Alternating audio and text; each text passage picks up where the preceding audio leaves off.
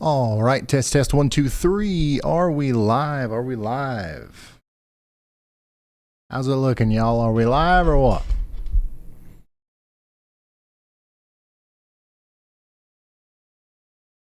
Let me double check here. Okay, I think we're live. So what I'm going to do is I'm going to go ahead and get started. Pop something in the chat real quick if I'm live.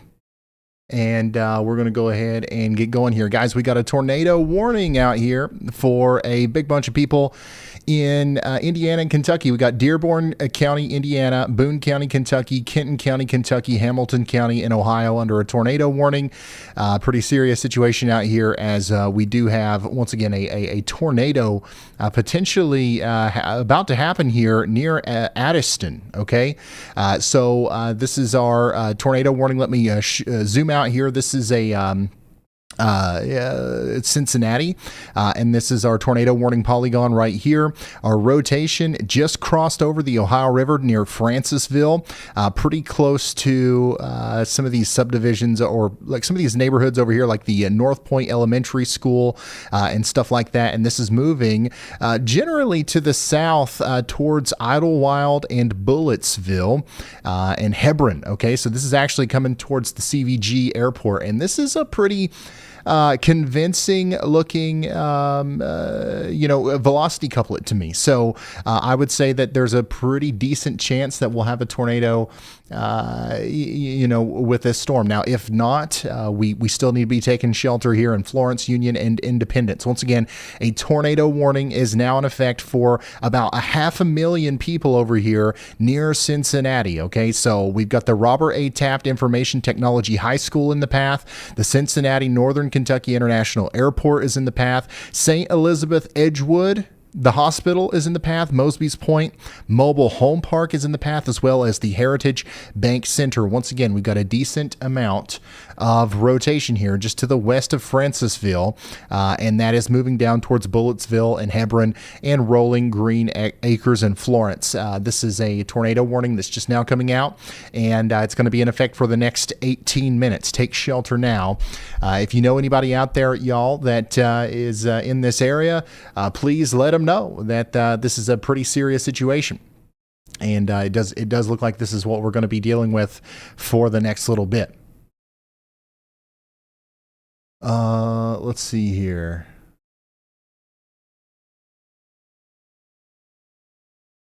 Yeah, so if you're just now tuning in, we do have a storm chaser on this. John is actually in Hebron, so he's right next to this rotation. I'm not seeing anything from his feed, but I'm sure he's going to turn around here pretty shortly. So once again, we've got a tornado warning out here right now for what is this? Dearborn County, Indiana, Boone County, Kentucky, Kenton County, Kentucky, and Hamilton County in Ohio. We also have a virtual rail fan camera out here pretty close by. So we're just watching and we're waiting. We're waiting to see if we see anything here as this tornado warning moves to the south and east towards the airport. Once again, this is going right smack dab towards the airport, the CVG Northern Kentucky International Airport. That's where we've got a tornado warning right now. We've also got other stuff going on out there too, though, y'all. We've got 1.8 million people currently under a severe thunderstorm warning out here in what's this called? Boston. What's this called? I said. So out here near Boston, we do have a significant storm coming in. This is what it looks like out there. Let me show you this. I've got a couple other different options that I can throw up here as well. Here's a view from the harbor. We're going to watch this storm move into the Boston area as well. This is what it currently looks like underneath. Never mind. This is what it looks like out there in Boston, where we do have a severe thunderstorm warning right now. We've got a pretty significant storm coming in to play here with 60-mile-per-hour winds. It's coming out of Waltham, moving into Newton, and then over towards downtown Boston. Now, let's come back over here to John, who's in Kentucky on that tornado warning, which, by the way, still has 16 minutes left on it. He's in between Florence and Lawrenceburg, okay? He's currently just to the north and west of the CVG International Airport, and he's he's just about to be able to give us a really good view of the actual rotating part of the storm here. South of Cleves and Addiston, west of downtown Cincinnati, we've got a tornado warning in effect right now. This is a pretty dangerous situation that we're dealing with here, okay? I'm not hearing anything on the scanners, okay? Not hearing anything on the scanners just yet. But that's something that we are going to continue to keep an eye on here as the storm continues to move on down to the south and east. Some notable transmissions. Let's see here. Yeah, it looks to me like they're just going on about the tornado warning. There was a vehicle that hydroplaned now in the grass area. I'm not seeing any official reports, about an actual tornado, but we do have that tornado warning right now in the Cincinnati area, the greater Cincinnati area. This is specifically for Boone County and Kenton County in Kentucky and Hamilton County in Ohio. We've got a decent amount of rotation here. And Jared, I don't know if you're here. I know I didn't start my stuff, but if you can update Aaron's live camera thing in the thing, I think it's using an old link or something, but it's not working. Let me start my live stream on the back end here. Relay VC. I'm sharing my screen now.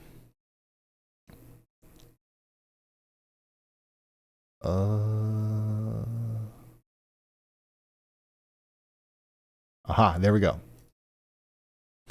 All right, so here's our big area of rotation once again here near Francisville and Bulletsville, moving down towards Hebron and Leonberg and Florence. Okay, so this is in Kentucky, and we're going to have a pretty significant situation here if we actually have a tornado, because this is a very populated area. We've got about 500,000 people, literally 500,000 people in that warning polygon there. It's going to go on for the next 13 minutes. It's not the only thing that we've got going on. In fact, we've got several things to kind of be concerned about here as the storm system progresses. But right now we're kind of hyper focusing on this high impact storm that's coming into the greater Cincinnati area. Once again, I want to talk about some of the places that are in the path here. It's not only the Robert A. Taft Information Technology School in the path, but Virtual High School. Gilbert A. Dater High School is also in the path. And it's not only the CVG International Airport that's in the path, the Lost Bridge Airport and the Fidelity Heliport and the Brown Heliport. Also the News 9 or the 9 Newsport, sorry, 9 Newsport Heliport, all in the path here of this rotating part of the storm that we're tracking right here. That's the part that we are concerned about. It's moving right down towards the airport. Here's John's location, currently between Burlington and Hebron. Still not seeing much. Still not seeing much from his point of view here, but we're going to keep an eye on him as he gets closer to the Florence, as he's going to keep tabs on this storm as it moves off to the east. It looks like we're about to see the base of it here.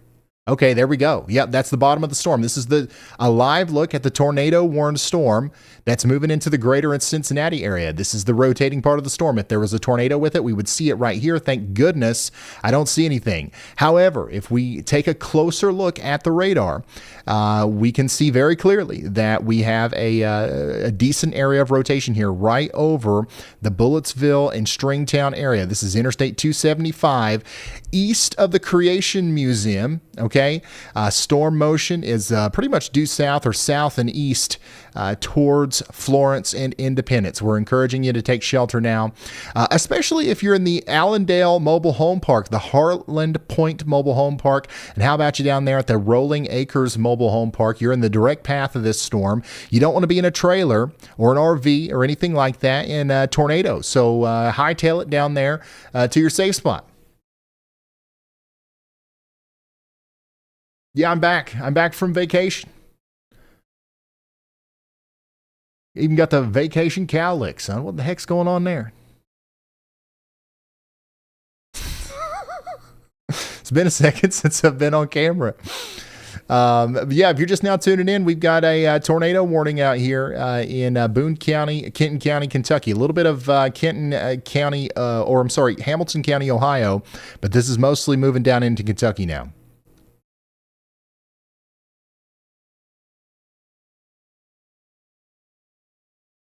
Yeah, it's pretty, honestly, looks pretty impressive on, the chaser cam here. So I wouldn't be surprised at all if we ended up seeing something out of this. This is the story of the one. As a safety manager.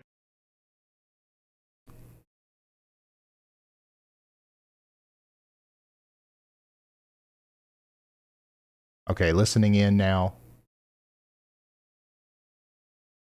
to some of these scanner feeds. Oh man, did I lose my my premium subscription, man? Was this an ad?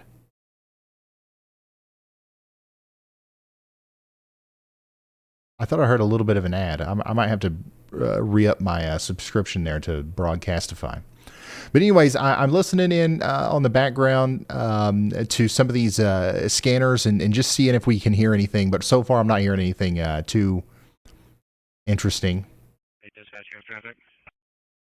But yeah, if you hear that, that's what I'm listening to. We're clear. Thank you. 72, run another Ohio tag for me. We don't. We let him go. Okay, so yeah, it sounds like just normal traffic right now. I'm going to keep it going just in case there's some sort of report that comes through. A lot of times the first place you'll hear it is through these scanners. But right now, no reports of any funnel clouds or damage or anything in the Cincinnati area. But we do have that tornado warning continuing here for 9 minutes. Take shelter in Union, Independence, and Florence. And that's when he's like, no, and she ran out of the car. So he wasn't much of a help. All right, let's go up here to North Dakota, where we have a considerable severe thunderstorm warning. We got a big old blob of hail. Look at that, son. Now, that right there is one heck of a storm out here in Hettinger, Slope, and Stark counties in North Dakota. That's bringing about golf ball-sized hail. Over towards places like Richardson and Dickinson. All right, this actually did have a 1.75-inch official hailstone report not too long ago up here. What else we got? We got another one in Massachusetts, big severe thunderstorm warning in effect for Essex and Middlesex counties in Massachusetts. That's going to go on for 38 more minutes. Once again, we do have a pretty big storm approaching Boston right now, too. This is what it looks like in Boston right now. Courtesy of Boston, Maine, and Live, I believe. Yeah.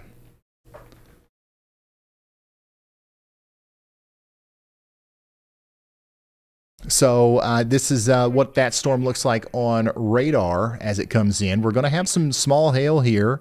And we're going to have some flash flooding problems more than likely, and then some strong damaging winds moving into West Roxbury and Dorchester. Downtown Boston, I don't think the strongest part of the storm is going to hit you. I think the strongest part of the storm is going to be on the convective side down here near the base. Currently in Needham, moving over towards Roxbury and Dedham and Milton. That's where it's going next. And then up here, I do think we'll have a pretty significant storm up here between Danvers and Gloucester and Rockport. So y'all get ready for that. And then we got a severe thunderstorm warning over here for New London County, Connecticut for the next couple of minutes. And then over here in my neck of the woods, we got a couple different storms trying to pop up here and cause some flash flooding problems in my neck of the woods. We got a big flash flood warning over here in West Virginia, actually. But before we get too deep into that, we got to go check out this. What do we got here? Another tornado warning. How about that? Whoa. Okay. Yeah. So this right here actually looks pretty concerning looking on radar. We've got another tornado warning for Montgomery County and Macoupin counties in Illinois. Okay, so this is going to be for the next hour. We've got a tornado warning here, and you can actually see a pretty good looking hook here. I don't know how else to say that. And that's once again coming down into Illinois here over the next little bit. This is going to cross Interstate 55 south of Pawnee and Macoupin and Montgomery counties in Illinois. Right here's your rotation, and it looks pretty intense, honestly, near Farmersville. So if I'm in Wagner or Farmersville, I'm taking shelter. There's 1.5 or 1,500 people in the path here. We got the Farmersville Elementary School in the path. We've got the Murphy Farms Airport and the Lloyd Airport in the path as well. So tornado warning in Illinois. Take shelter now. 6 minutes remain on the tornado warning over here in northern Kentucky. Now, Cincinnati's not in this warning. They actually removed all of the Ohio portion of the warning as well. So instead of 500,000 people being under this warning, we've got 267,000 people in Boone and Kenton counties in Kentucky. This does continue to include Florence, and we still have a robust area of rotation right here, moving into the Rolling Green Acres area, and then eventually down towards Crestview Hills and Erlanger. We do have the St. Elizabeth Medical Center in the path as well. So take shelter now if you're out here in northern Kentucky. We've got 5 minutes left on this tornado warning. Let's see what they do. Let's see if they issue another tornado warning or if they're just going to go with this severe thunderstorm warning with the tornado possible tag, which does go a little bit farther to the south down there towards Verona and Ryland Heights. So yeah, these storms are getting going here. We got another chaser. Who's this? Jennifer. Okay, Jennifer McMahon is out there in Cincinnati, Ohio. We'll pull Jennifer's feet up too.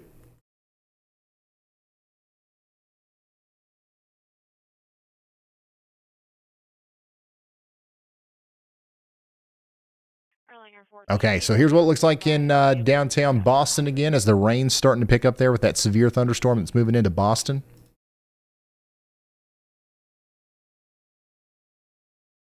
I got a bunch of people texting me, and we're concerned about flooding here in my neck of the woods, so I'm keeping a close eye on this stuff over here. So far, nothing crazy, but what sucks is like we're going to get this stuff all night. If you're watching this in eastern Kentucky or West Virginia or really anywhere in this entire vicinity right here, I really don't like what I'm seeing. We're getting this boundary that's setting up, and we're going to see new storms form along it all night, and we're going to see lots of training storms and potential major flash flooding developing over the next little bit. If you've got a creek or a stream that's already swollen and you get another one of these that comes through, it's going to cause some big problems. Okay. It's going to cause some big problems. And this is going to be going on all night. There's no end in sight, really. All right. So let me once again come back over here to the Kentucky warning. 3 minutes left on that. We'll see what they do with that. If you're just now tuning in, we do have a little bit more of a concerning looking tornado warning over here near Farmersville and Wagner. This is a tornado warning for Macoupin and Montgomery counties in Illinois. That's going to go on for an hour. Take shelter now. Highway or Interstate 55 between Thomasville and Wagner. That's pretty concerning right there. You can see the whole hook and everything. And the fact that we've already seen two tornado producing storms or storms that look like they could produce tornadoes from this means that we're going to keep seeing them.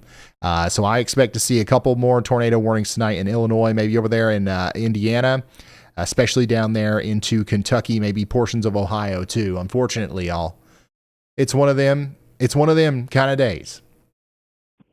You all seeing this lane?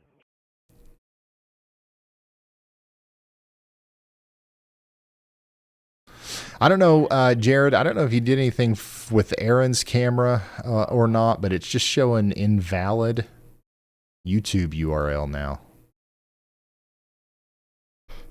Oh, cool. How are you guys doing in chat? Cincinnati, we got a lot of people watching in Cincinnati. Good. Tornado warning off to your south and west. We got a couple of cameras in Cincinnati. We're trying to get them pulled up. The most important one right now, I think, is going to be John. He's in northern Kentucky. He's in Florence. He's keeping an eye on the base of the storm. We've got this virtual railfan camera just down the road there in Covington, Kentucky. And we got another one that we're working on for downtown.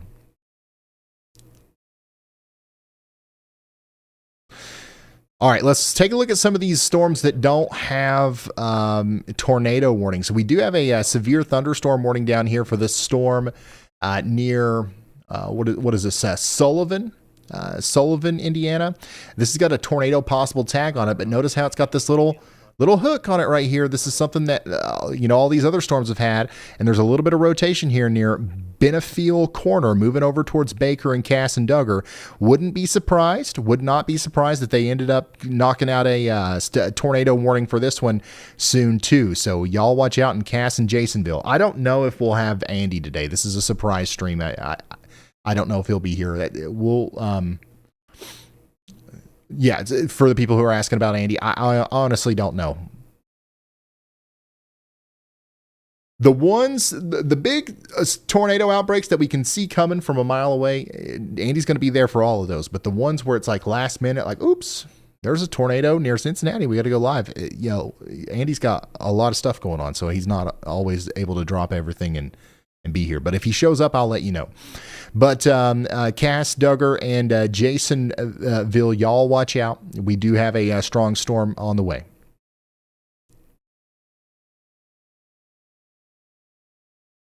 Okay, so we do have some, traffic that we're hearing through the scanners here on the Cincinnati storm. Emergency dispatch confirms some rotation along the I-275 corridor associated with the tornado warning. Headed towards the Turfway and Pacific area, all units ordered to take shelter. That's coming from the emergency dispatch there in northern Kentucky. So they are seeing some rotation with this, which is not surprising, okay? Now, our tornado warning just expired with our northern Kentucky storm, but I bet they're going to reissue that because we can see now, honestly, more rotation than when we first got the warning. So I would be very surprised if they didn't issue another warning here for Florence. So I would stay sheltered, especially at the St. Elizabeth Medical Center, over towards Erlanger, over towards the Maurice area, Taylor Mill, downtown Florence. Y'all, Florence, this is the town with the big water tower that says y'all, right? The Florence Y'alls, that's the place, right? Y'all need to be taking shelter out there. Erlanger? Gotcha. 12-year-old animal bite.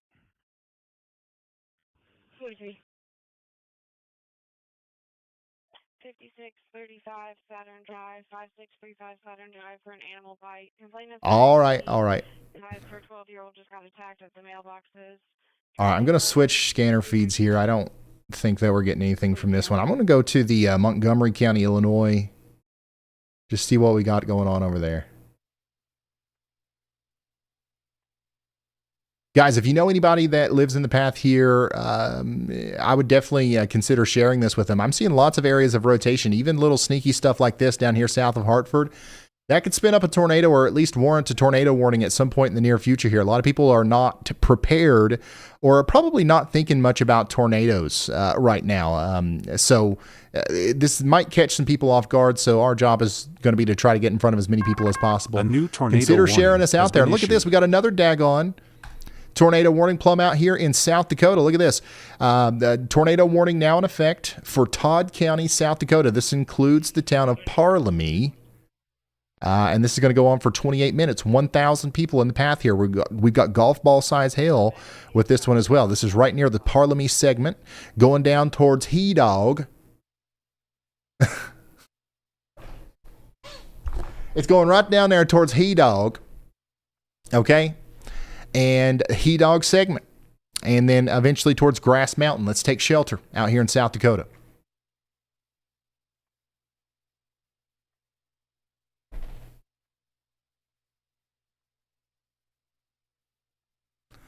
I don't know what a He Dog is, but that's where it's going. We got another storm down here in Nebraska that's getting pretty interesting. John's on that. We're going to pull him up. Ooh, John's got a crazy view of that storm. Look at this. This is that Nebraska storm. The base of it's right over the Samuel R. McKelvey National Forest. That is pretty right there.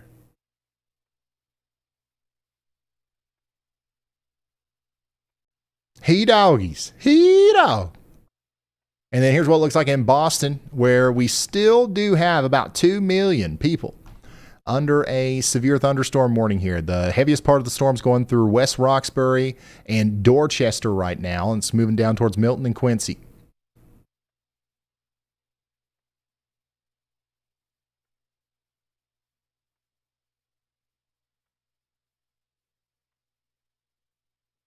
Yeah, this right here is pretty awesome. That's that storm in Nebraska that's apparently dropping lemon-sized hail. You'd think you'd be able to see the lemons. I don't see nothing.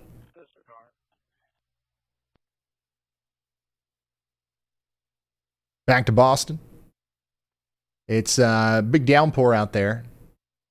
We got another view from Boston right here. Okay, here's what it looks like on the Kentucky storm.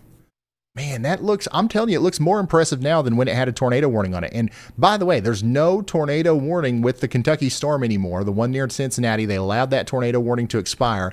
Still a big rotating mesocyclone on it. So I would say that we might see another tornado warning at some point here in the near future, maybe. Go ahead, Y'allbot. All right, Ryan. The chat is absolutely fixated on A a new tornado tornado that was There on it the is. ground has been in issued. Kedawd, South Dakota, a town name they are finding unreasonably hilarious. We're also getting fresh reports of tons of rotation in Florence, Kentucky. Okay. So things are still very active there. Also, it seems you said a name wrong again. Multiple viewers are politely insisting it's pronounced Parmalee.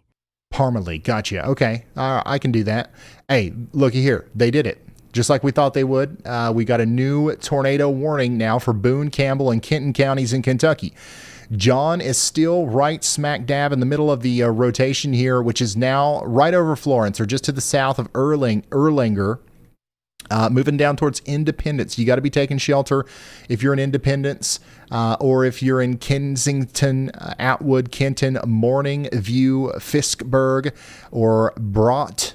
Any of these places are going to be, pretty dangerous over the next little bit. This is a significant amount of rotation visible here on radar, so we're going to encourage you to please take shelter and stay there for at least 24 minutes. Okay, they're going to allow this to expire in 24 minutes, or they will extend it probably a little bit farther to the south. Now, some of the places that are in the path of this tornado warning in northern Kentucky, we've got the Lloyd High School, St. Elizabeth Edgewood Hospital, the Mosby's Point Mobile Home Park, UC Health Stadium. UC Health Stadium is in the path. I don't know if we got any baseball games or anything like that going on out here. We've also got Maddie's Meadows Airport in the path as well. And we can't forget about places like the Green Lawn Mobile Home Park, the Deer Trace Mobile Home Park, and Crestview Lakes Villa Mobile Home Park. You don't want to be in a trailer for this storm, okay? Let's go back to John McKinney in Nebraska. Look at this storm, y'all. Holy smokes. Now look at this storm, y'all. This one's in Boston. We got storms everywhere. Literally everywhere.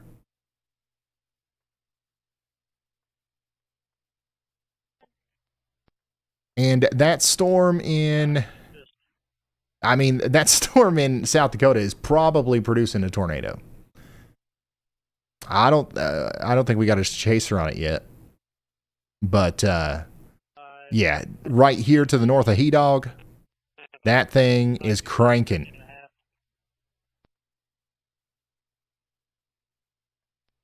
Big time rotation, big time hook echo. We definitely got a tornado moving into the, what was it, Parliament? What did I say? Parliament? Go ahead, Y'allbot. Hey Ryan, just got word of some thunderstorm wind damage out of Middleton, Massachusetts. This came in about 9 minutes ago from the 911 call center. And they're reporting a tree and wires are down over there.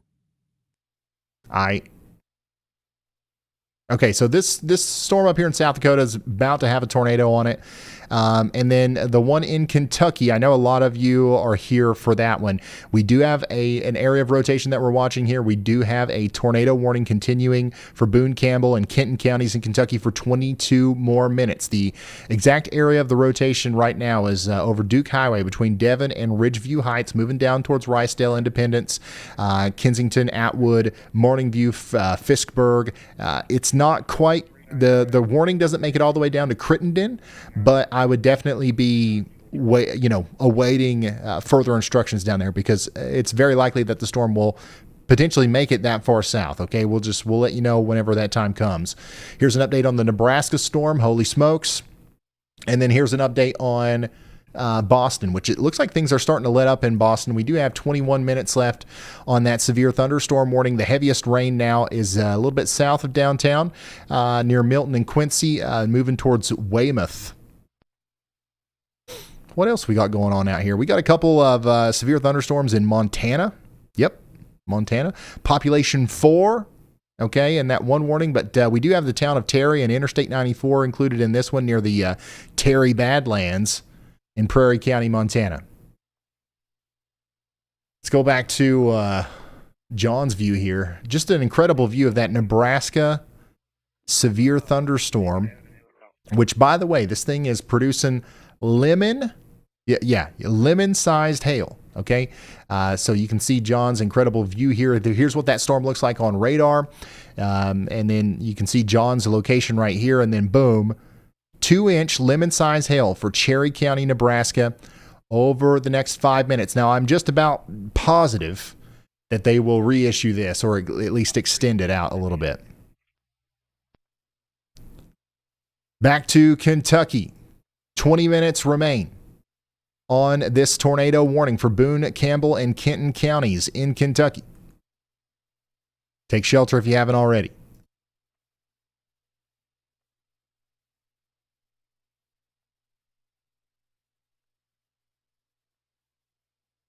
John, it just keeps driving away from the storm.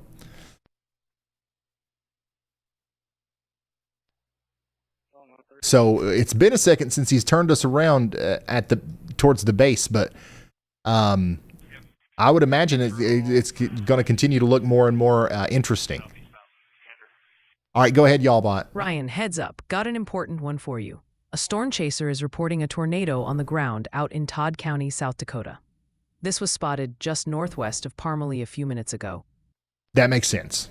That absolutely makes sense. That the South Dakota storm looks like it is definitely producing probably a chonker, probably a big old tornado right over Parmalee, which is unfortunate because this is an incredibly rural area. We don't have very many people out here, but the people that we do have are in Parmalee.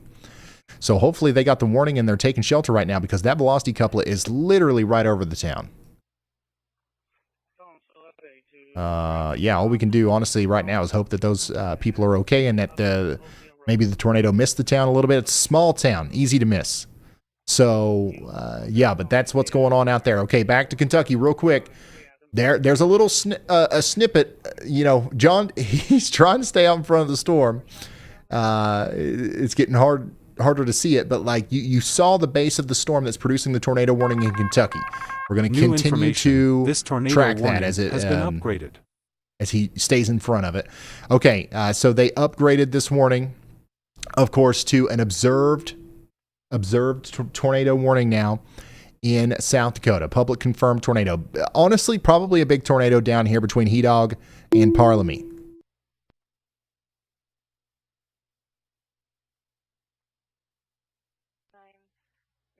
Let's see here. South Dakota. Do we have anything in South Dakota that I can listen to? No. No. We do have Boone County, Kentucky. 2 Sam 52.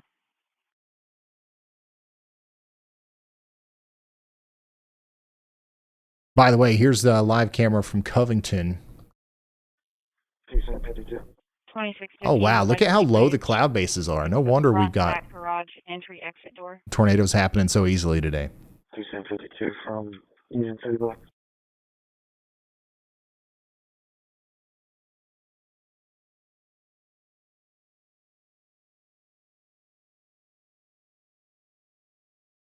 Here's another view from Cincinnati.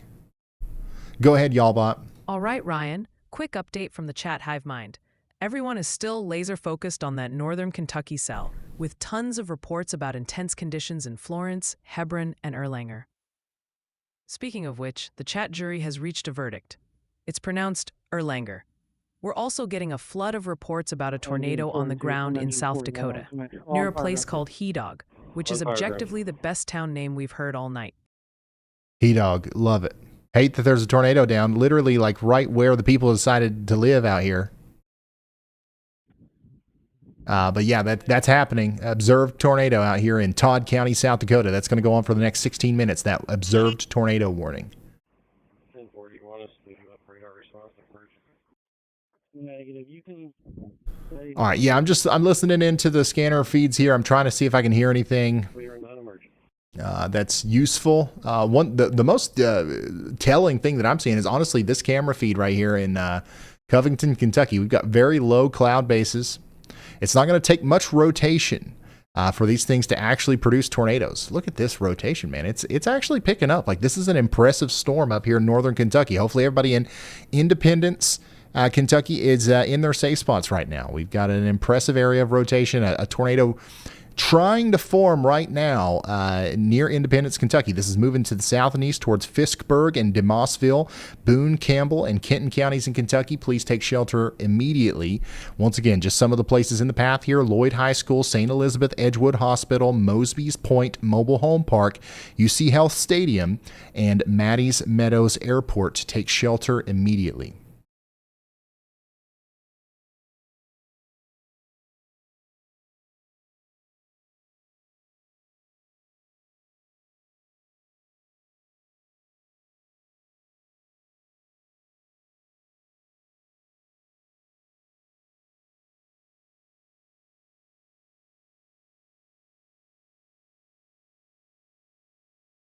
Engine 42, you can go available. From what I'm hearing, the South Dakota tornado is not a fully condensed tornado based off of some chaser feeds. So there are some chasers out there that can see it, but we're not. Thankfully, right now, it doesn't seem like it's completely on the ground, at least as bad as what it was looking like from radar. Okay, John's got a good view now of the base of our storm out here near Independence, Kentucky. This is the tornado warning for Boone, Campbell, and Kenton counties in Kentucky. 212,000 people in the path of this one, y'all. Okay, so we got significant rotation on this. Hopefully everybody out there is getting to shelter out there between Atwood and Independence. This is just about to cross over Independence Cemetery and the Simon Kenton School and the Kenton Elementary School there between Bank Lick and White Tower, moving down towards Twin Middle School or Twin Hopeful Middle School. So if you're in Staffordsburg, you're also directly in the path here. John's got a great view of this.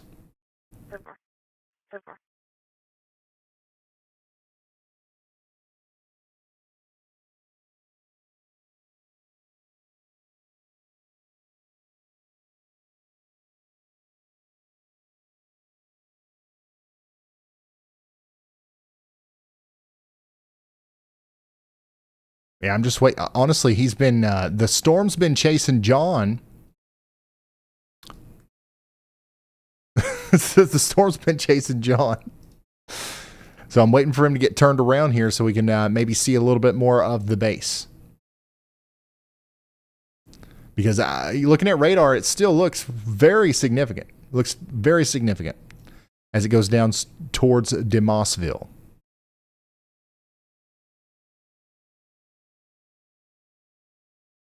So if you're just now tuning in, we got a tornado warning for Boone, Campbell, and Kenton counties in Kentucky. And that's going to go on for 13 more minutes, but I don't see this storm ending anytime soon. For my neighbors out here in eastern Kentucky who are, worried about the flooding situation, so far, honestly, it's not looking too bad. We've got some big storms that are popping up out here along this boundary, but things are calmer now than they were earlier. So we're going to continue to watch this. We've got a couple of flash flood warnings. If anything big pops up here, I'll let you know. Honestly, our biggest flooding situation's probably going to end up happening over here in Illinois and Indiana, as all of these storms are about to kind of train over the same areas over and over again. So I am concerned about that. Effingham, Bloomington, Terre Haute, this area is kind of in the worst possible spot tonight for flash flooding. We will almost certainly see some considerable flash flood warnings, maybe even some, flash flood emergencies tonight as a result of the significant rain that we're about to see. And by the way, we still have 26 minutes left on this tornado warning out here in Illinois, but the rotation with this one's really let up a lot. So I would be surprised if they let that go on for 26 more minutes. It probably needs to expire. Right, there you go. They canceled it. All right, we did get a new severe thunderstorm warning up here in Iowa, though. Look at this, man. All these storms are moving southeast, and they've got little dangly bits on them, got little hooks. Right, here's another one between Orilla, Norwalk, and Lakewood. This is right over Des Moines. We got 104,000 people in the path of this one. Get ready in Polk and Warren counties in Iowa for a significant severe thunderstorm. And this is also going to cause potentially a tornado. Okay? So that's what we're dealing with out here. Let's see if I can show you what it looks like under there. There we go. That's what it looks like in Des Moines, underneath that severe thunderstorm warning. This is what it looks like just out in front of it. So we're going to keep a very close eye on our friends in Iowa because we got daggone rotating storms popping up back here as well. Is this rainbow thing a camera artifact, or is there really a sideways rainbow over here in Boston?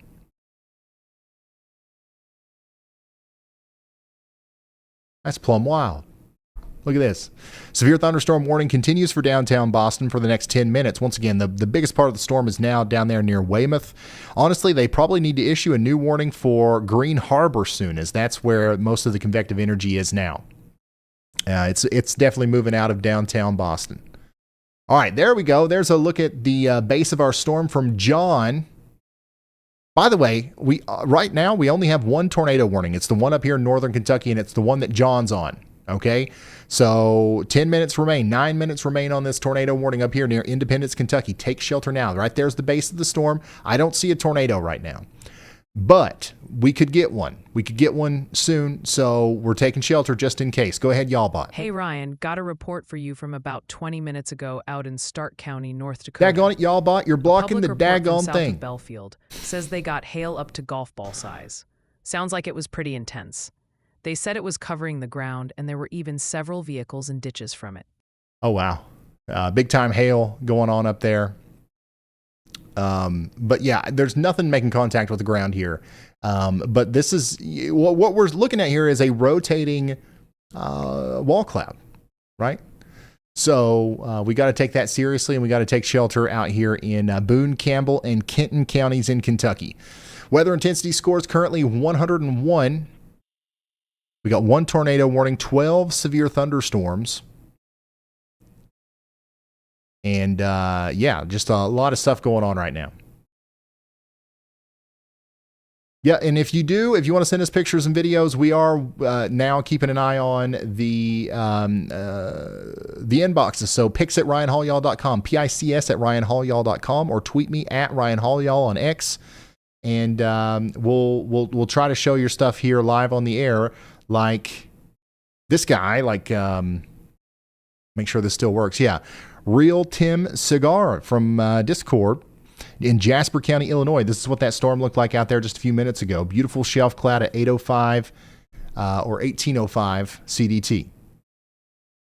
Thank you, Tim. And then Gwen's in Mansfield, Ohio at what? What is this? What is this? We've got a big outdoor event going on in Mansfield, Ohio. What is this? And they're watching the stream. Mansfield, Ohio. Okay. All right. Well, you guys are out of harm's way for the most part in Mansfield. If we've got anything like that going on in Cincinnati, not a great thing. But thanks for tuning in out there. What's going on out there? Is this a Coldplay concert?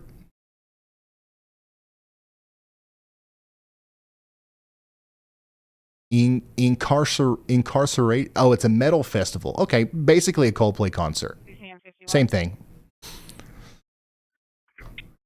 All right. So, tornado warning continues for 7 more minutes.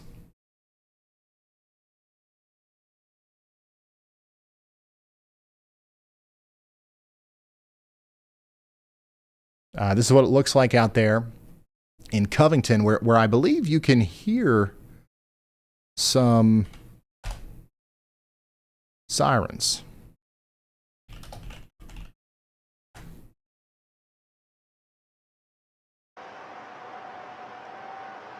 Yeah, you can hear some distant tornado sirens here from Aaron's live camera. Guys, give me just a second. I gotta get something to drink.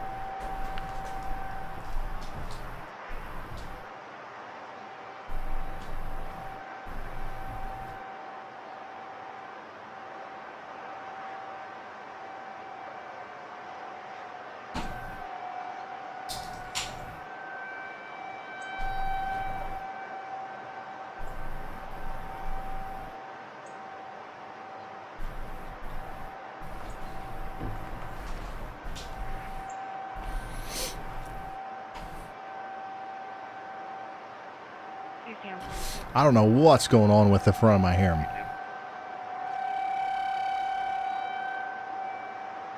That's what happens when you go on vacation for. You just become all disheveled, I reckon. All right, so that's some audio there from Covington where we can hear some distant tornado sirens as a result of this tornado warning here in Campbell and Kenton counties in Kentucky, which continues for 5 more minutes.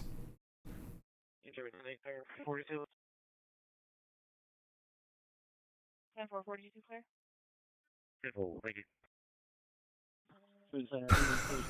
No, it's not the same thing. Coldplay is not metal.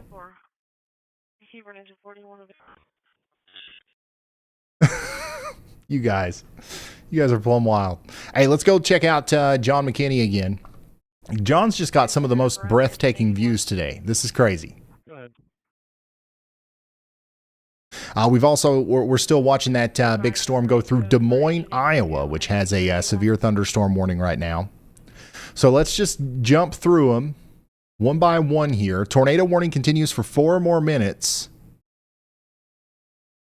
Guys, y'all, I know that Coldplay is not metal. Are you kidding? Are you kidding me? All other units available 1950. Hello? Is anybody there? Okay, anyways, 4 more minutes on this tornado warning. Hopefully they allow it to expire, but man, I'm telling you, this thing continues to have an impressive rotation signature.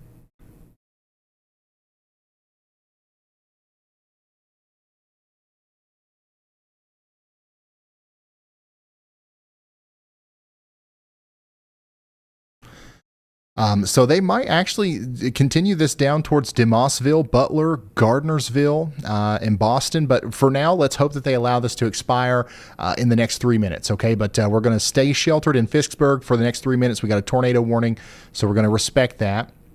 Now let's go back to North Dakota, where we've got 18 minutes left on this considerable severe thunderstorm warning for Hettinger and Stark counties. Take shelter indoors and away from windows if you haven't already up there. In Massachusetts, we just got a new warning. Man, my y'all watches are on fire today. Pretty much for the exact area we just highlighted earlier. For Brockton, Halifax, Marshfield, Pembroke, Rockland. About 500,000 people here in Norfolk and Plymouth counties in Massachusetts. Get indoors and away from windows. Has been issued. All right, here we go. We got a new tornado warning in Illinois. Let's go check that out. This is going to be for Effingham and Shelby counties in Illinois. There's your rotation just to the east of Holland, moving down towards Shumway. Okay, Shumway. This does include a little bit of the town of Effingham. We got 9,000 people in this warning. A new Take shelter tornado now. warning has been issued. My goodness, here's another tornado warning in Kentucky. So they went ahead and extended this all the way down to Falmouth and Butler. So now we've got a tornado warning for Campbell, Kenton, and Pendleton counties in Kentucky for the next 32 minutes. 22,000 people are in that warning. And we are encouraging you, once again, to take shelter immediately. This is a dangerous storm. In DeMossville, Portland, Catawba, Minzy, Goforth, and Lennoxburg. Take shelter now. John's on it. John, I need to ask him how do you say his last name? Is it, you guys think it's Pucillo or Pucillo or whichever way you go? It's a nice name. I just don't know how to say it. Where's Andy Hill at?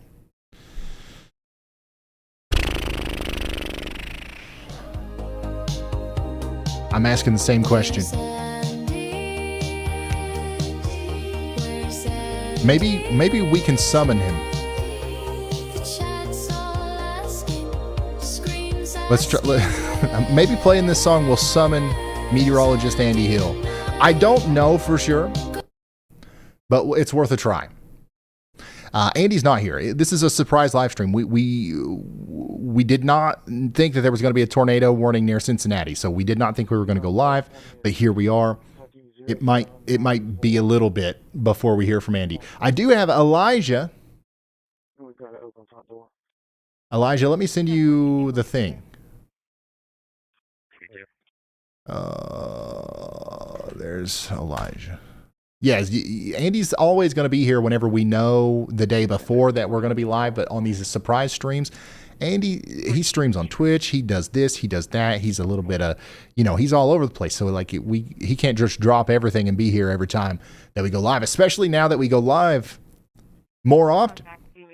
Dang, dude, this thing is getting more and more intense. This is John's view of the tornado warning in Kentucky. Okay, so Campbell, Kenton, and Pendleton counties. This is your storm right here. Loud and clear. Copy that, thank you.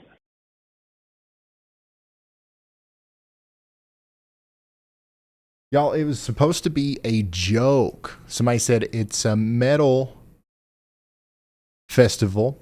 I said, oh, well, then it's the same thing as a Coldplay concert, because that's like crazy, right? It's it's supposed to be ha ha ha ha ha funny. Now we've got a debate in chat. Well, actually, Coldplay, not metal. It's actually not metal if you really think about it.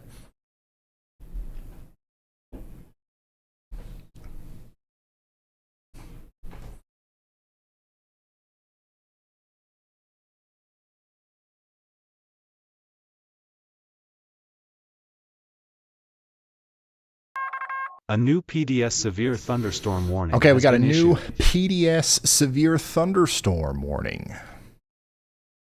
Destructive severe thunderstorm warning for Todd County, South Dakota.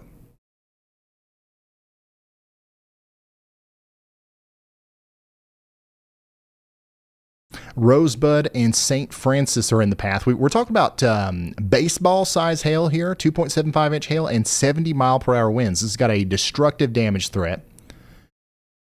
This is about to cause a lot of problems in Todd County, South Dakota. This is the same storm that was producing a tornado, or at least trying to, up there near Parlamy. Now it's going down towards St. Francis with baseball size hail and 70 mile per hour winds.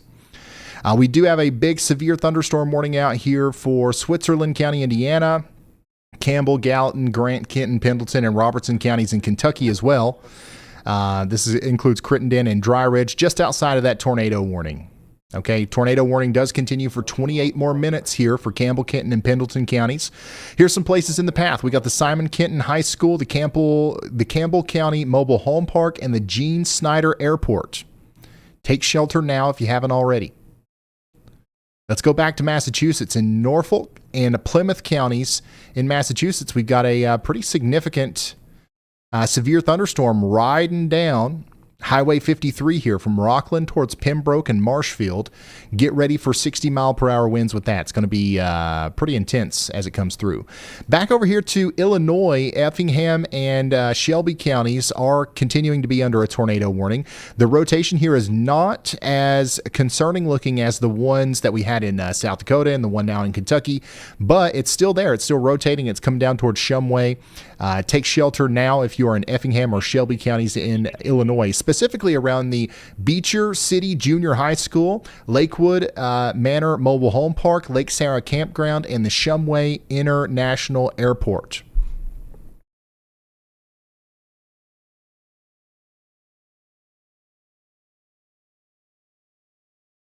In Indiana, we got a big severe thunderstorm warning for Sullivan. We're about to get hit pretty hard here in Sullivan. From what I can tell, looks like the wind's starting to pick up out there. Look at this. And of course, I mean, Lord goodness, John McKinney's got a shot of the decade here. Every time I look at John's feed in Nebraska, he's got something else awesome. He's had some really cool storm structures today, and now he's got this rainbow. Very cool stuff. And yeah, we are still tracking that storm in Des Moines. That warning continues for 26 more minutes. Okay, we've got a strong storm moving out of downtown Des Moines now and moving more towards Spring Hill, bringing about some 60-mile-per-hour winds.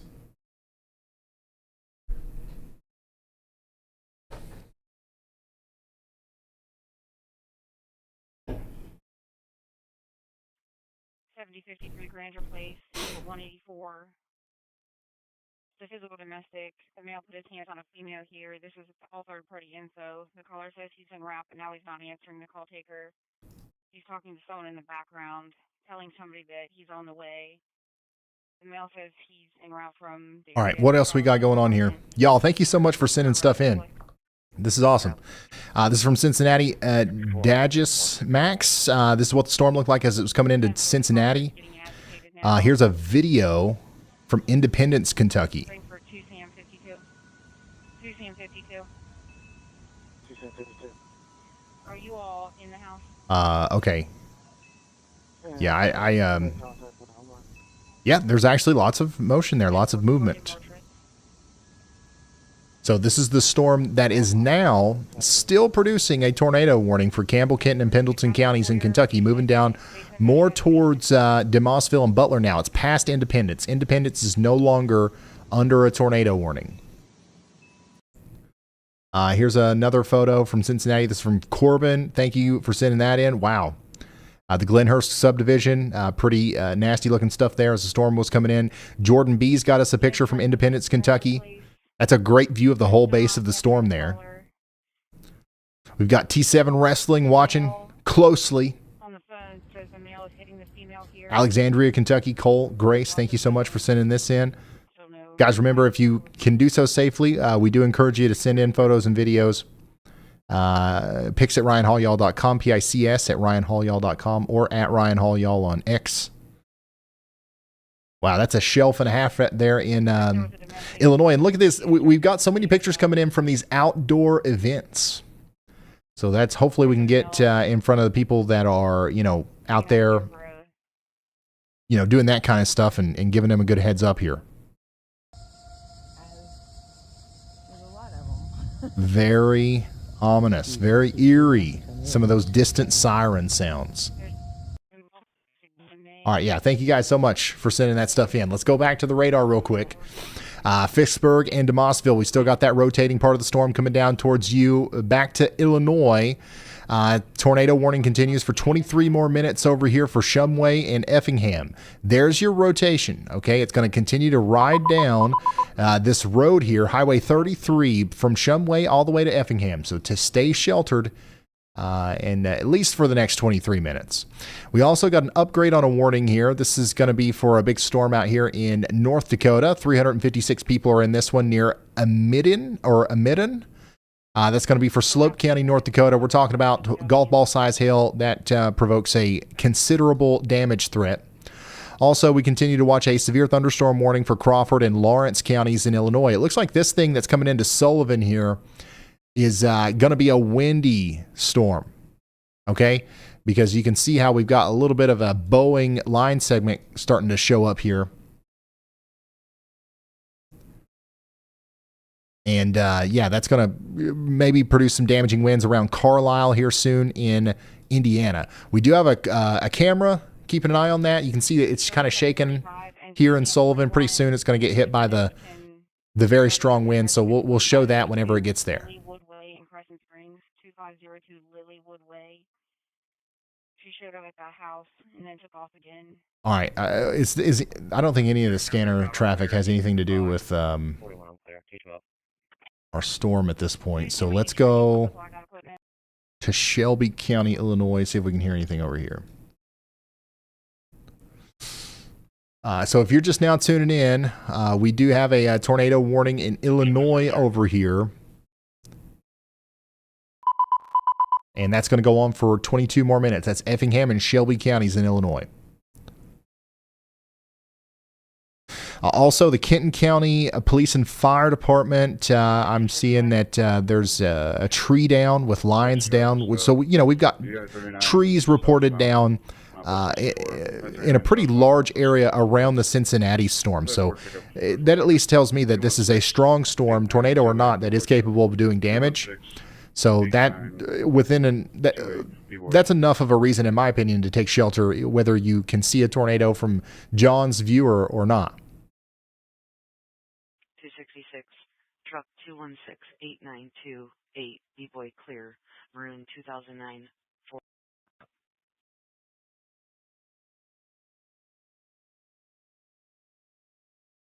Also, I'm hearing some reports from Kenton County in Kentucky that a house was maybe struck by lightning, resulting in a structure fire. Multiple fire and rescue units responded and established command on scene. So the storms in Kentucky are definitely strong.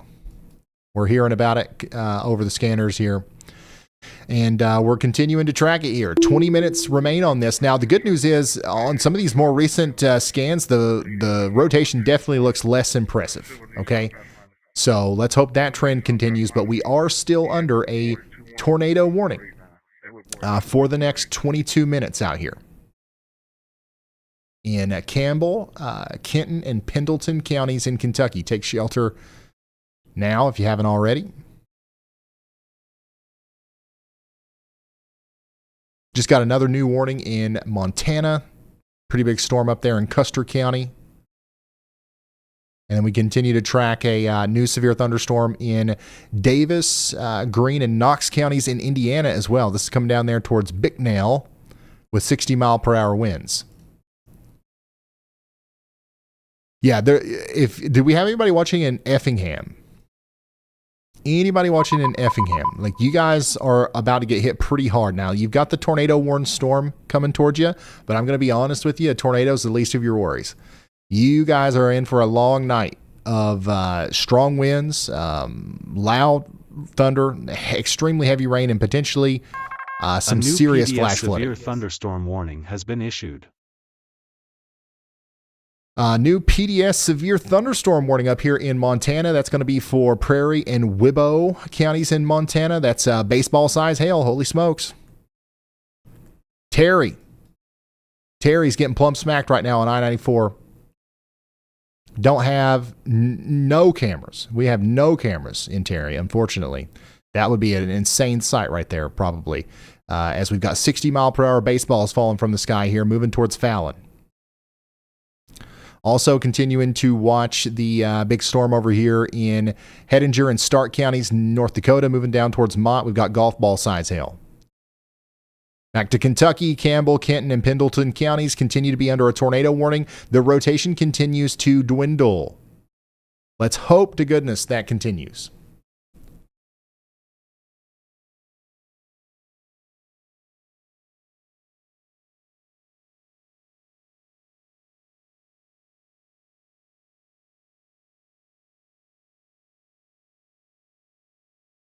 Hey, KSB from Massachusetts has got some awesome photos of a rainbow here. It's a double rainbow. Oh, yeah. KSB, thank you so much. PDS rainbow alert in Massachusetts on top of a severe thunderstorm warning, which continues for 32 minutes, especially for people over here near Green Harbor.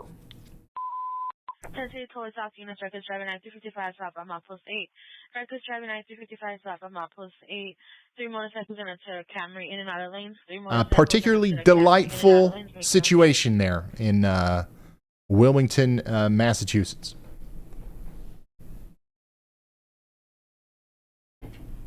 Weather intensity score is currently 110. It shot up.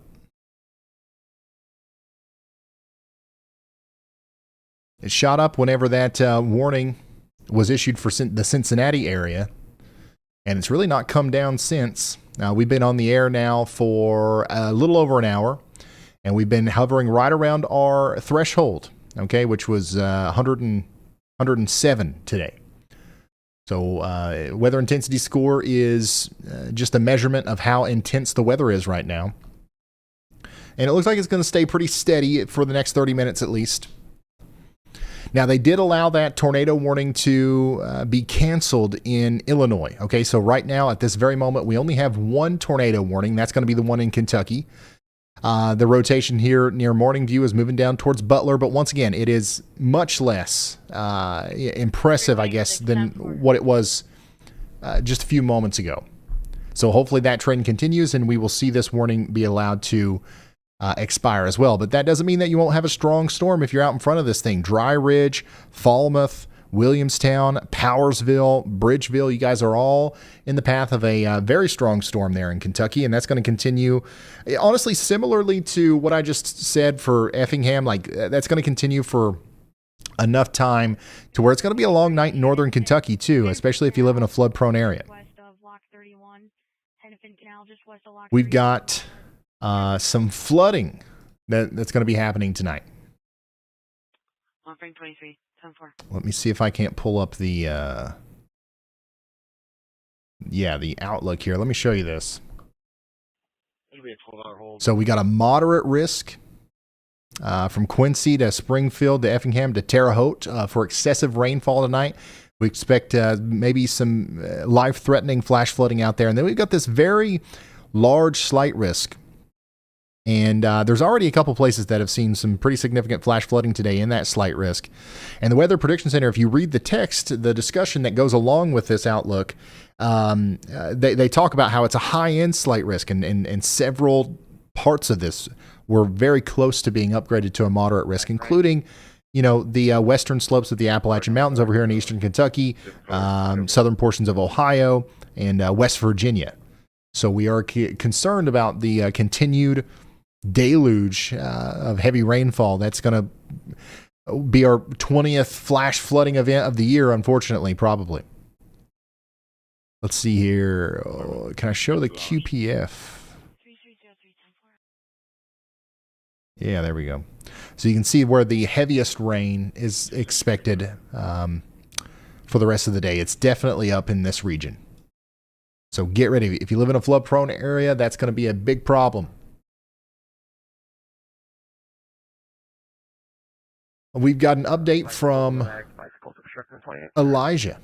Go ahead, Elijah. Hey, Ryan. So I have an update from the Kentucky tornado warning that just happened a moment ago. We actually have a damage report from the Erlanger Fire Department of some tree damage that occurred right next to their station. And in the report, they actually noted it might have been from a possible tornado. So we have a chance that that tornado warning did produce a tornado. No direct confirmation. We will have to wait for the National Weather Service to conduct their survey to figure out if it was actually a tornado or straight line wind damage, or thunderstorm wind damage in that aspect. But we do have some tree damage reported by the Erlanger, Kentucky Fire Department. California 3401. Okay, thank you so much, Elijah. So that's what's going on out here in Kentucky, where we do still have a tornado warning. That's going to go on for 13 more minutes. Go ahead, y'all, Bob. All right, Ryan. Buckle up. I've got a ton of storm reports coming in. The biggest story is a cluster of very large hail across the Dakotas, especially in Todd County, South Dakota, where we have very recent reports of baseball and tennis ball-sized hail. There was also a report of golf ball-sized hail out in Stark County, North Dakota. And shifting gears completely, a trained spotter in Kenton County, Kentucky, reported a large branch down from a possible tornado a little while ago. All right, so there you go. Just a couple more reports, and here's some more stuff that you guys have sent in. This is from Hedrick, Iowa. Look at that. Pretty decent lowering over there. Cameron, thank you so much for sending that in. Here's Erlanger, Kentucky. Just a few moments ago. This is from Moodles. Woo! That was... that was pretty spooky.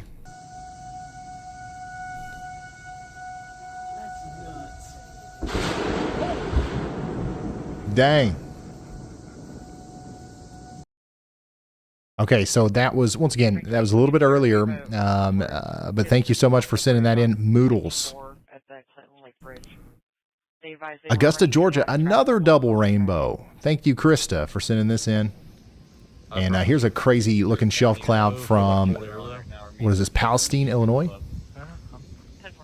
Actually, happily sure. That's not one.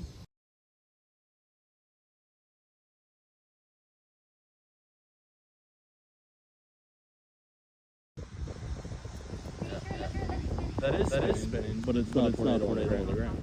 And it's not a tornado on us right now. Over here, Wow. pretty wild too. That's some crazy motion there.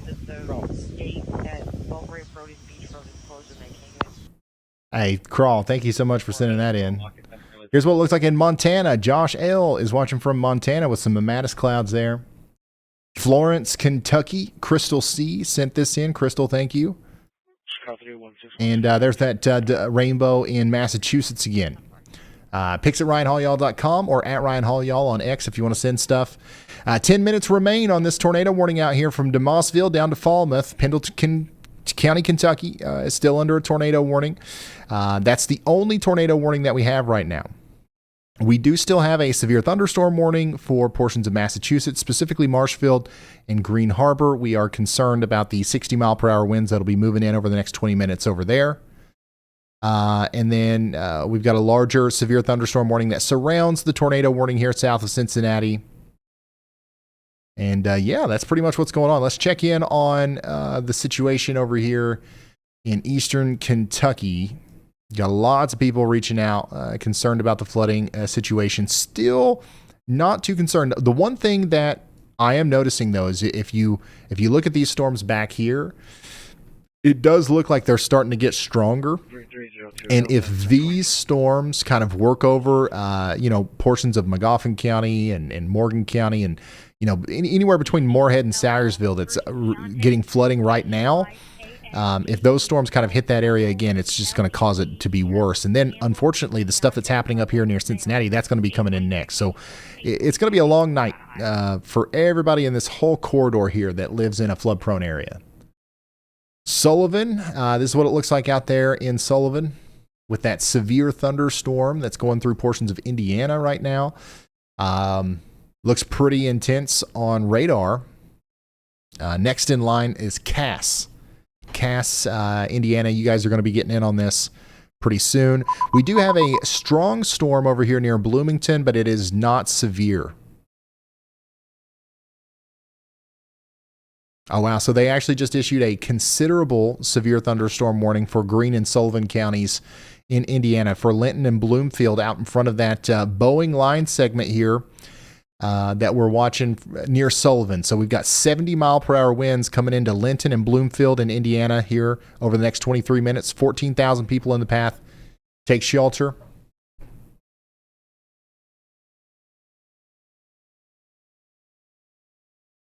Yeah, that storm's getting out of Boston now. Go ahead, Elijah. Hey, Ryan. So this is an alert before a warning gets issued. We actually have some rotation and a rotating wall cloud that is being seen and reported near Hedrick, Iowa. That storm currently does not even have a severe thunderstorm warning on it, and it's kind of in a radar hole right now. So we have a photo of it that you can show on stream right there. Of that wall cloud. All right. Thank you, Elijah. This is that photo. And yeah, so we were tracking a couple of storms has been issued in Iowa. And it looks like this one right here is one that we've got to keep an eye on here. We do have a severe thunderstorm warning for areas just south of Des Moines, but look at all these storms. We've got stuff popping up down here around Ottumwa and Fairfield, all the way back up there towards Fort Dodge. So we're going to keep an eye on all this because we know it's capable of rotating. And then now we've got another tornado warning out here in South Dakota. So this is going to be for the St. Francis segment area. Todd County, South Dakota is now under a tornado warning, radar indicated rotation, 2.75-inch hail. That's baseball size hail and a potential tornado. That's a big deal. And this is going to be going down towards St. Francis segment once again. We've got the Lakeview Elementary in the path. Take shelter if you haven't already. Montana. We've got another big severe thunderstorm coming into Hardin over here in Montana. This is crossing over Interstate 90 right now, bringing about 70-mile-per-hour winds. Take shelter for the next 36 minutes out there. Back to Kentucky. 6 minutes remain on the tornado warning for Pendleton County in Kentucky. So hopefully that's going to be allowed to expire here soon. Stuff is definitely clearing up in Covington, but you can see the really impressive, storm motions and just the motion in the clouds here from this wonderful sky cam that Aaron Preslin's got available on YouTube. Alexander Robert Henke, 7 West Main Street Apartment, 15 Hyundai sedan. Owen, thank you for the super chat. Says, I love your videos. Well, thank you. It's been a while since we've done a video. If you guys didn't know, I've been on a mandatory vacation for the past 7 days. I'm back now. We'll have videos starting back like normal tomorrow.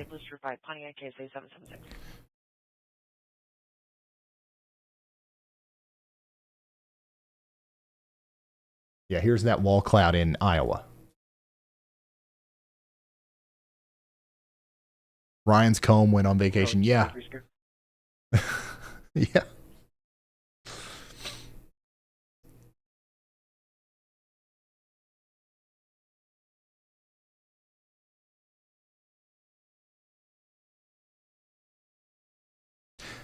We've got Crush keeping an eye on the weather here. Shout out to Crush. And another video from Burlington, Kentucky.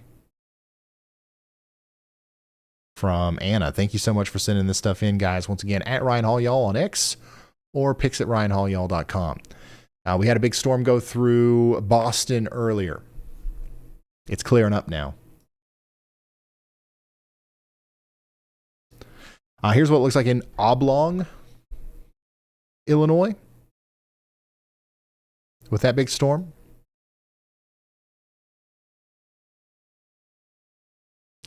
And by the way, the tornado warning out there in Illinois has been allowed to expire. But you're still about to get hit pretty hard by a big storm here in Effingham, Vandalia, Altamont. This whole area here, you're just going to get hit by storms over and over again. It's going to look like this all night. Just got a new considerable severe thunderstorm in North Dakota. Let's go check this out. Billings, Golden Valley, and Slope counties in North Dakota. We got a severe thunderstorm warning for the next hour.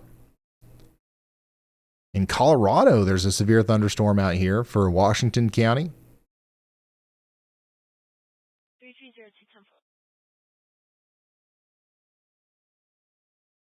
18 minutes remain on the tornado warning out here for areas south of St. Francis. The rotation's not as impressive as the other South Dakota tornado warning, but it's there, and hopefully the people in the path here are taking shelter. Kentucky, 3 minutes remain on this tornado warning.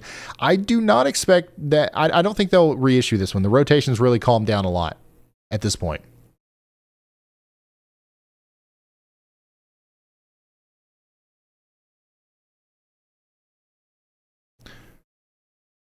We do have a law enforcement confirmed flash flood warning out here in Polk and Warren counties in Iowa. This is Des Moines and West Des Moines.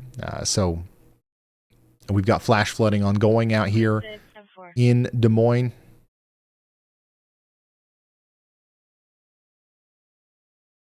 And more rain is on the way. There's more storms that are forming back to the north and west of Des Moines. Those will slide to the south and east and cause problems all night. 123, Keontae, Level Campbell, male, 082684 is criminal, gang member, caution. Do not arrest based on this information. We got a severe thunderstorm warning out here in North Carolina. Keontae, Level Campbell, male, black, 40, 5'9", 150, black, brown. All right, let me go over here to North Carolina. So this is for Rockingham and Stokes counties in North Carolina. 25,000 people are in the path here. Danbury and Madison, get indoors and away from windows. We've got a strong storm with 60-mile-per-hour winds coming in. I've got a camera in Reedsville. If the storm can make it to Reedsville, we'll be able to see it.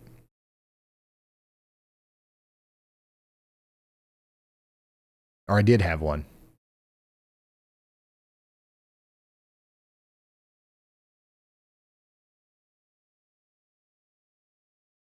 North Carolina and Illinois. Dry slots. I've got nothing out there.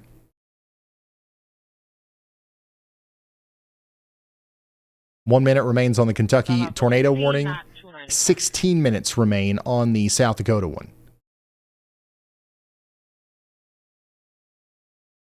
Go ahead, y'all bot. All right, Ryan, stop admiring that vacation tan for a second. The chat is still laser focused on northern Kentucky, with sirens reportedly going off in Pendleton County and folks getting anxious about campers in Falmouth. Also, one user is about to send a search party to find Patriot, Indiana on your map, and a viewer named Bigfoot wants to know if tornadoes can hit mountains. Yes, tornadoes can hit mountains. Just ask the people of West Liberty and Sayersville, Kentucky.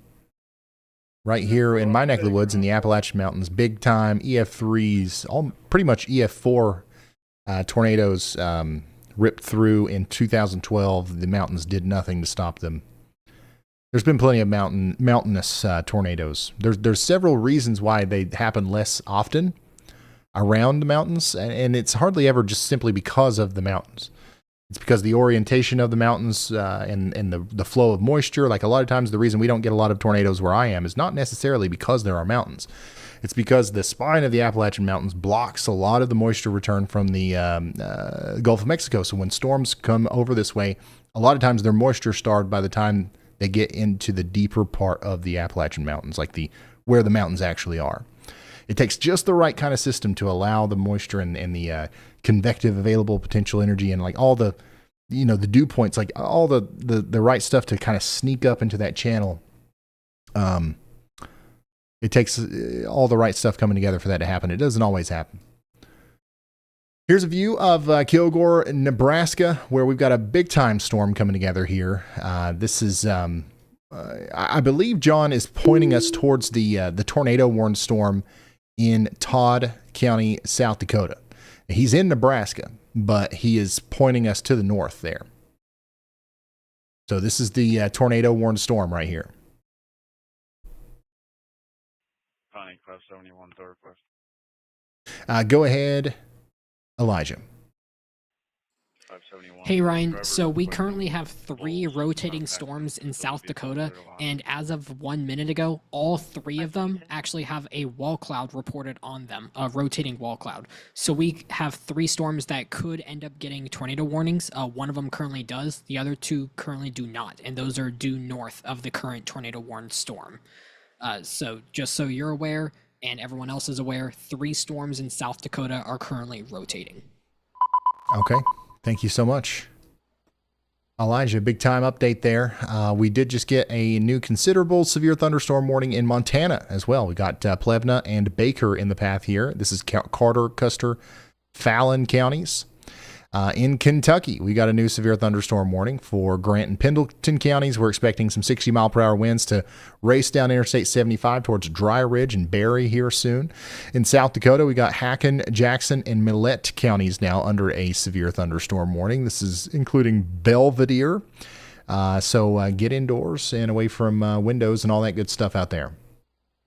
A large tree has fallen on a house, penetrating the roof in Massachusetts. Okay, so the storms out there in Massachusetts are continuing to cause problems in such a populated area here. It's thankfully this storm is about to exit the area. Okay, it's about to go out to sea. But Plymouth, you guys still have a good gust of wind getting ready to come through. You're getting hit right now in Green Harbor, but it should be just about done after that.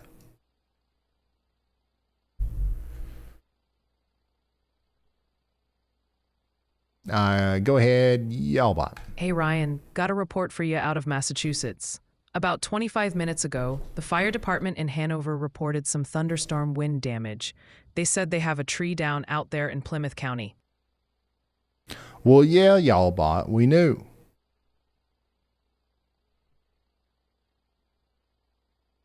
That's literally what I just said.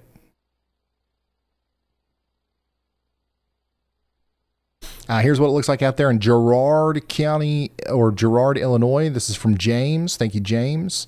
And Jill G, post-storm in Massachusetts. It's beautiful out there. Look at this shot from Boston. Jill G's got a good shot.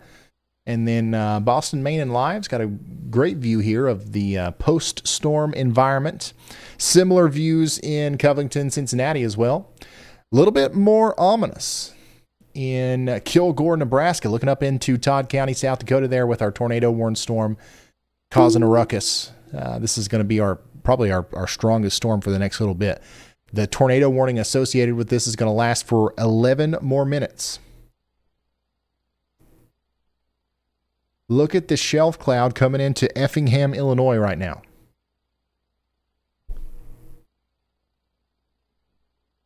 No warning on this, I don't think. So, the storm's technically below severe limits, but man, I'm telling you, if you're in Illinois and you get hit by this storm, it's going to feel a lot like any severe thunderstorm you've ever been in. And it's going to last a little while longer. This is, probably going to train over the Altamont area for a little while and cause some flash flooding. So get ready for that.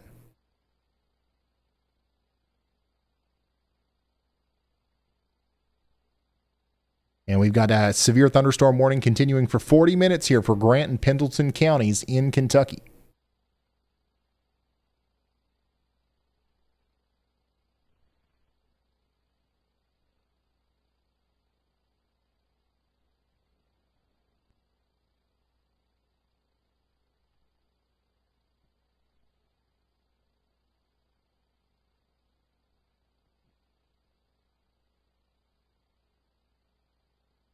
Yeah, Effingham is not under a tornado warning anymore. There was a tornado warning out there, but not anymore.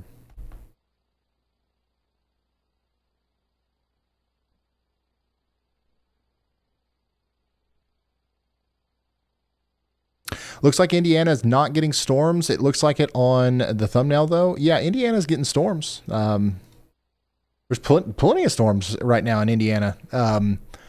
We got a severe thunderstorm warning for Greene and Knox counties. We had a pretty big storm just go through Sullivan. South of Bloomington, we got a big storm going through. Up here near Columbus, we got a decent storm. Let's see if we can see any of them. Now, the thing is a lot of them right now are below severe limits, so they're not necessarily severe thunderstorms, but they are definitely causing their own problems out here in Indiana.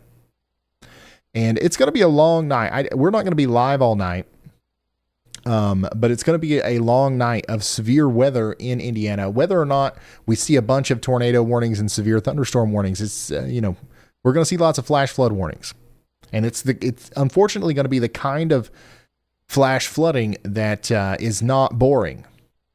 You know what I mean? Like a lot of times, like you get a flash flood, smash flood. Like who cares? Like a lot of times that's the way people look at flash flood warnings, and rightfully so. Honestly, I think they issue them too much.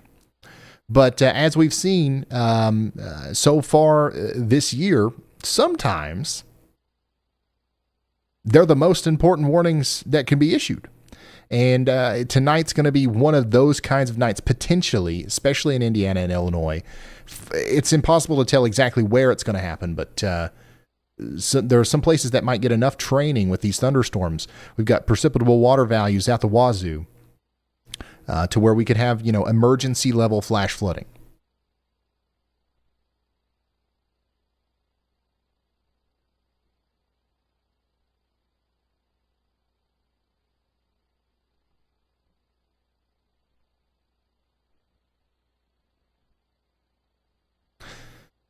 There's no more tornado warnings in Kentucky. They've been allowed to expire. We're still watching that storm. But it's no longer producing a tornado warning. Hey, what's going on in Cincinnati? Oh, okay. I thought that like that little animation that's playing down there, I thought that was on some sort of screen.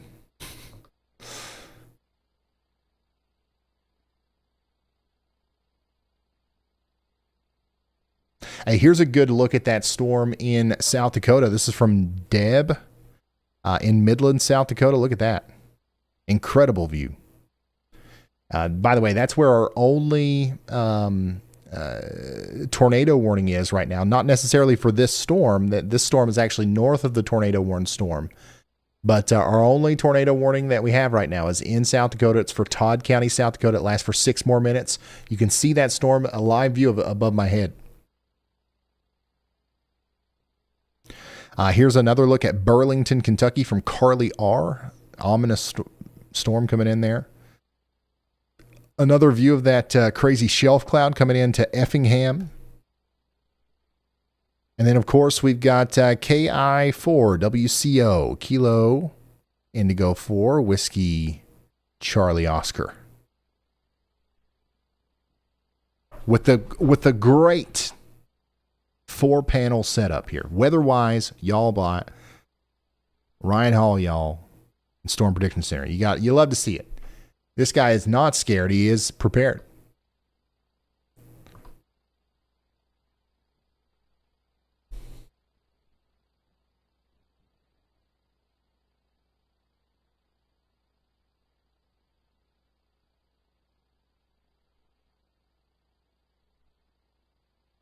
I love Effingham.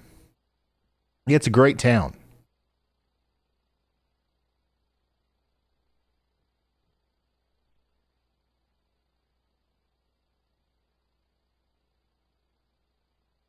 Yeah, this is the tornado warn. This is a live look at the tornado warned storm here. All I have is my little cell phone. Well, that's all you need. You don't need 4 monitors and all that stuff. It's a little bit overkill, but you know, it helps. Considerable severe thunderstorm warning continues for 5 more minutes out here in Greene and Sullivan counties in Indiana. I wonder if they will continue the considerable tag there as it chugs down Interstate 69 towards Guthrie. I guess we'll see, won't we?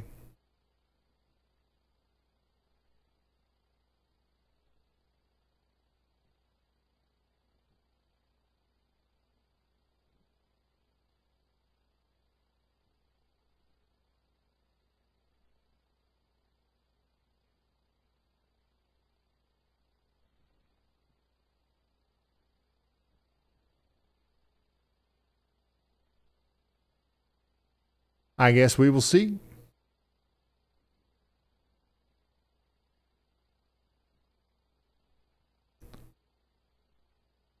Go ahead, Yalbot. Hey, Ryan. Just saw this one come in from North Dakota. All About right. 22 minutes ago, we got a public report of golf ball-sized hail southeast of LaFour in Hettinger County.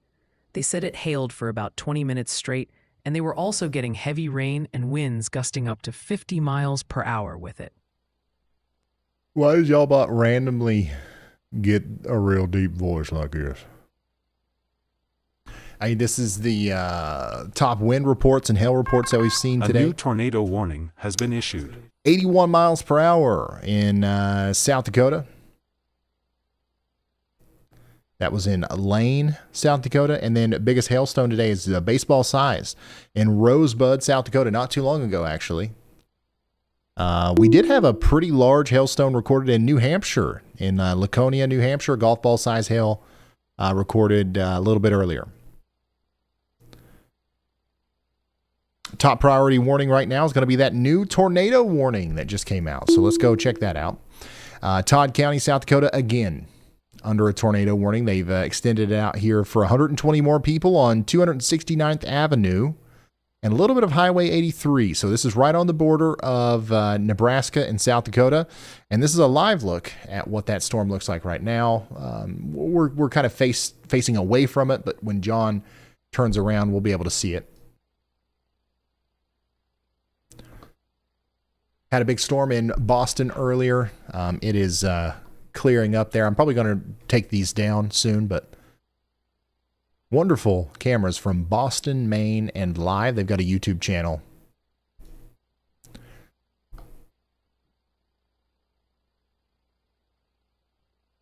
Go ahead, Yalbot. All right, Ryan. Stop staring at that low-pressure system for a sec.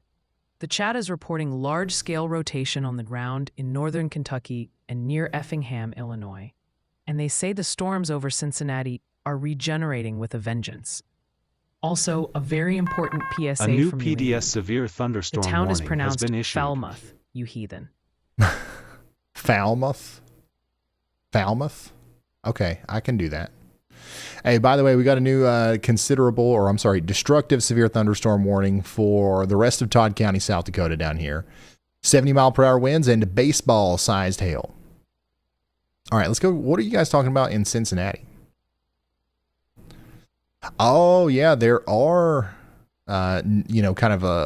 new storms forming back here on the west side of Cincinnati. This is going to happen all night. This is why we have flash flood watches in place and stuff like that. Like we're going to have storms all night in Cincinnati. Just giving you a heads up. Now, this storm is not going to be like the one that produced the tornado warning, but it is still going to be strong as it comes into Cincinnati, and it likely will lead to some flash flooding. The more of these that we get, the more likely it is that we'll have some flash flooding.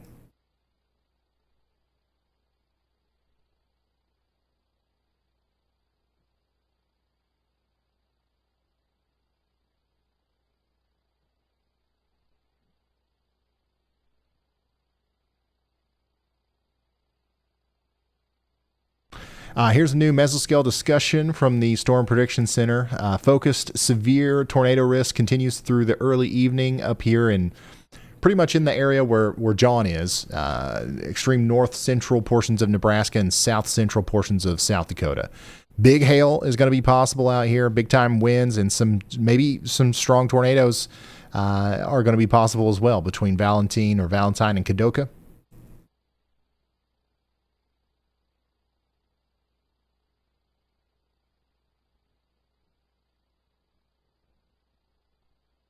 Got another friend watching. Thank you, Brian. And some more ominous clouds in Maine from Alyssa. Thank you, Alyssa, for sending that in. Let's go back to John's view of Cincinnati here as this storm is looking more and more intense, I guess. Hey, by the way, have you guys downloaded WeatherWise yet? No? What are you doing?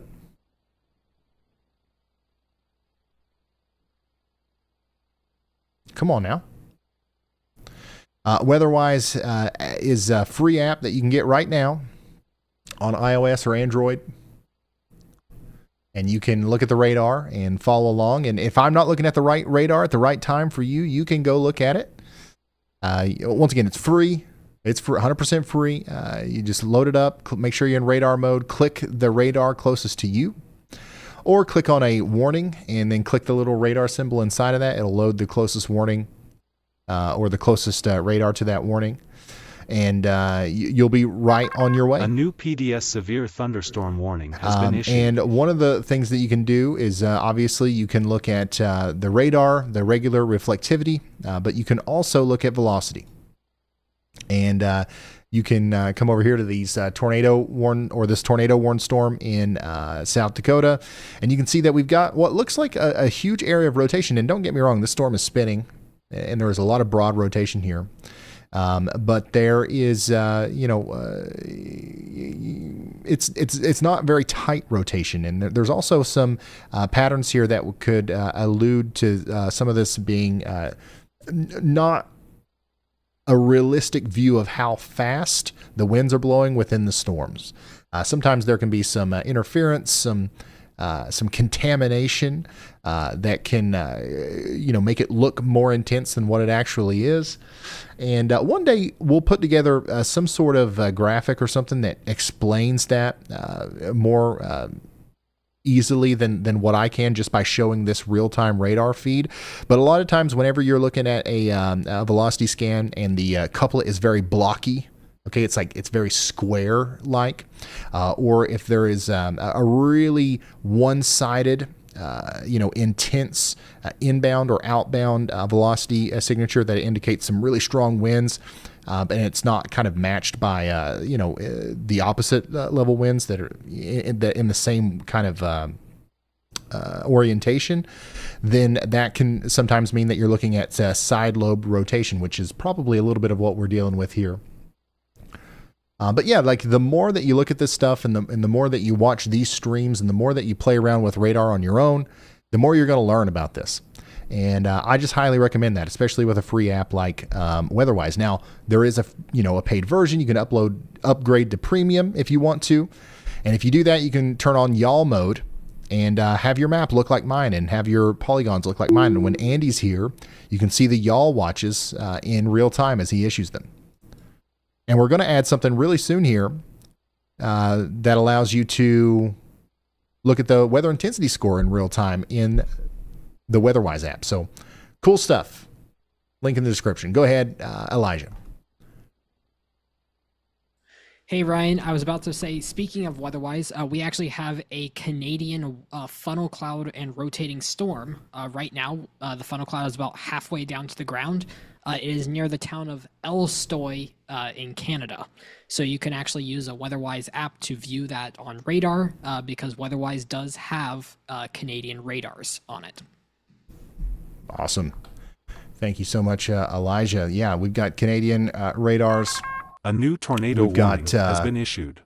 And by the way, we've got the Canadian radars, but also if you haven't seen us talk about this before, there's stuff up here in Germany and a lot of these European countries. There's you can look at the radar in South Korea and portions of South America up here in Colombia. There's more being added seemingly every day. So very cool stuff. All right, let's go check out that new tornado warning in Nebraska. Now John McKinney is officially under a tornado warning. This includes Valentine and Crookston, Nebraska. Baseball size hail and potential tornadoes coming down towards Crookston. It does look like the rotation's picking up here. It's a little bit contaminated, but if you look at the just the supercell, you can definitely tell that this thing is spinning, and it's not something that we want to play around with. And we've actually got some people in the path now. We've got a robust 3,200 people in danger as this storm approaches Crookston and Valentine in Cherry County, Nebraska. Take shelter now, especially if you're at the Fishberry Campground, Valentine High School, Miller Field Airport, or the Cherry County Hospital. All these places are directly in the path, and we're concerned about you. So take shelter if you haven't already. John McKinney is up close and personal with this storm right now.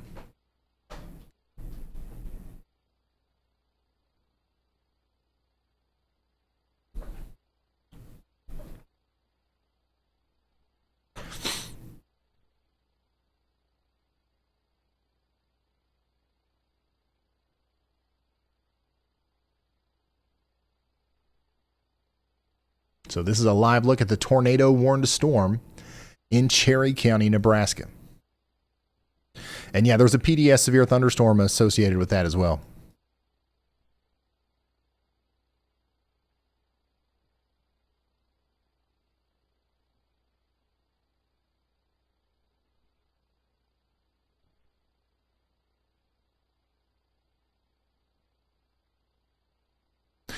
Talking to my friends in Eastern Kentucky real quick. If you're experiencing any flooding over here between Sayersville and Moorhead, specifically around West Liberty, up here north of Campton, if it's still flooding, especially there's another storm that's about to come through. And this is going to drop another inch of rain pretty quickly, and it'll likely shoot those creeks up out of their banks again. Now, if you were watching the creek or stream and it just got up to the edge of the bank and is now starting to go down, just know that as soon as it starts raining again here, it's going to shoot back up very quickly. And unfortunately, when that one's done, we've got another one coming right after that. It's going to be a long night, especially the deeper into the Appalachian Mountains we go. If you're in the hills, if you're in a holler, this is the kind of night where you want to make sure that you're paying attention to those creeks and streams. Some devastating flash flooding can happen with the level of moisture that we have in the air and the pattern that we have set up for training here. So it's going to be isolated. Not everybody's going to get in on it, but definitely keep an eye on that.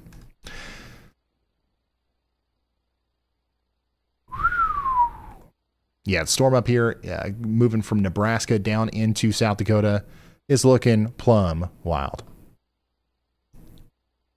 Go ahead, Y'allbot. Hey, Ryan. Got a report for you from a storm chaser out in Todd County, South Dakota. Just a few minutes ago, they measured a 70-mile-per-hour thunderstorm wind gust a little south of St. Francis.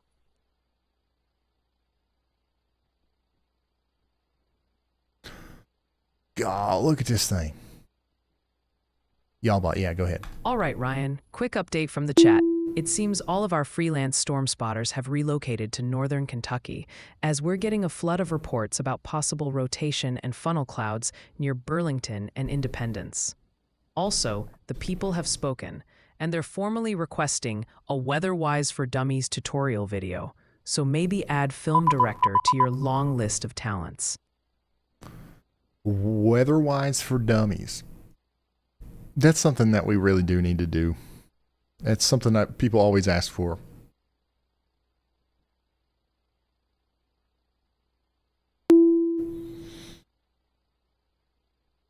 I don't know when we're going to do it, but it is something that we need to do.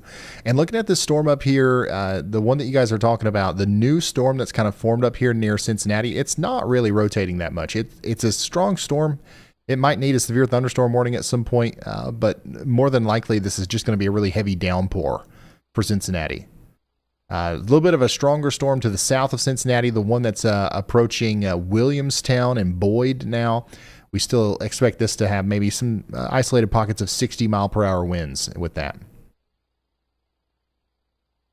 In Indiana, we got a severe thunderstorm warning for Greene and Lawrence counties for the next 35 minutes. In Kansas and Nebraska, we just got a new warning out here for the area between St. Francis and Binkelman.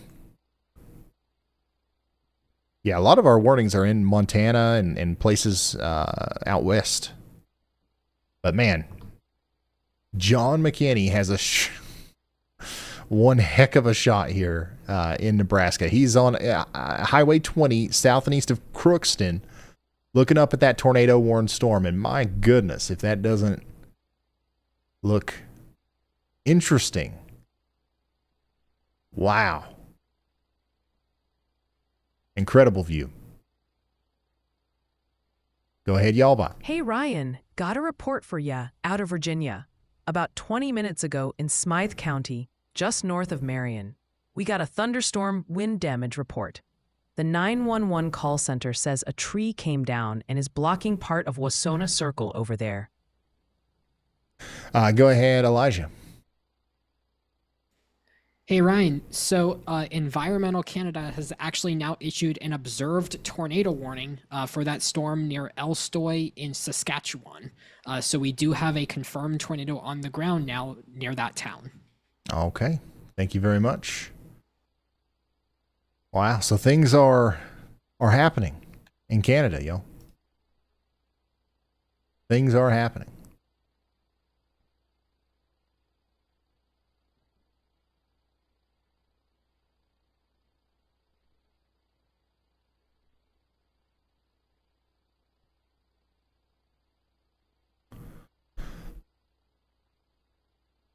And by the way, just once again, we got a tornado warning for Cherry County, Nebraska. That's going to go on for 33 more minutes. I'm just kind of blown away by John's view right now.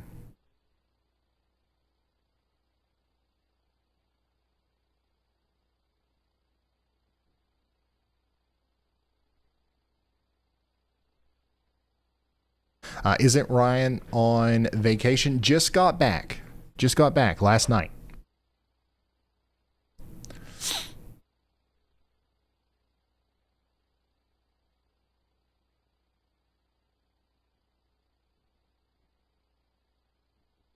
Specifically the ones in the boxes. Oh, okay. Jared, I see.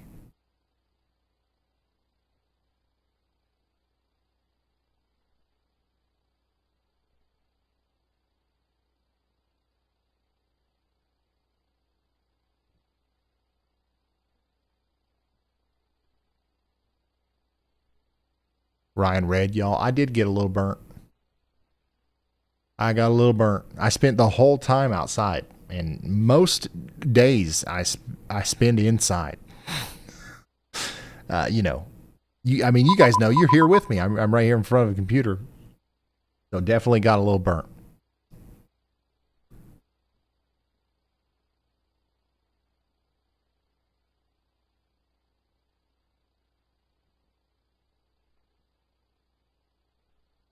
North Dakota storms are continuing to pop off here. Here is that considerable severe thunderstorm warning that just popped up for Adams, Bowman, and Hettinger counties. Golf ball size hail heading down towards Regent. Also, how about you down here in Winston-Salem in North Carolina? We got ourselves a new severe thunderstorm warning for Forsyth County, North Carolina. That's going to go on for the next hour. 379,000 people are included in that one. We got anybody watching in Winston-Salem? We usually do. It's been kind of busy down here recently, so get ready. Another storm's coming into Winston-Salem right now.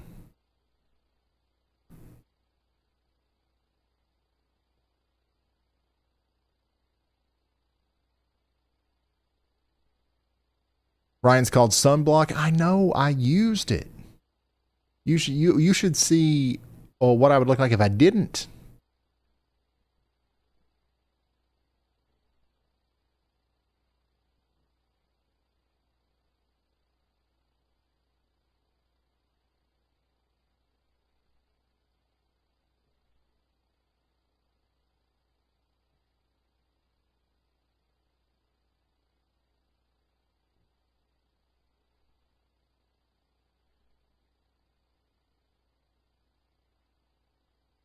Ryan, is set up like this kind of rare for July? Absolutely not. No, this is really, really common stuff for July. Really common.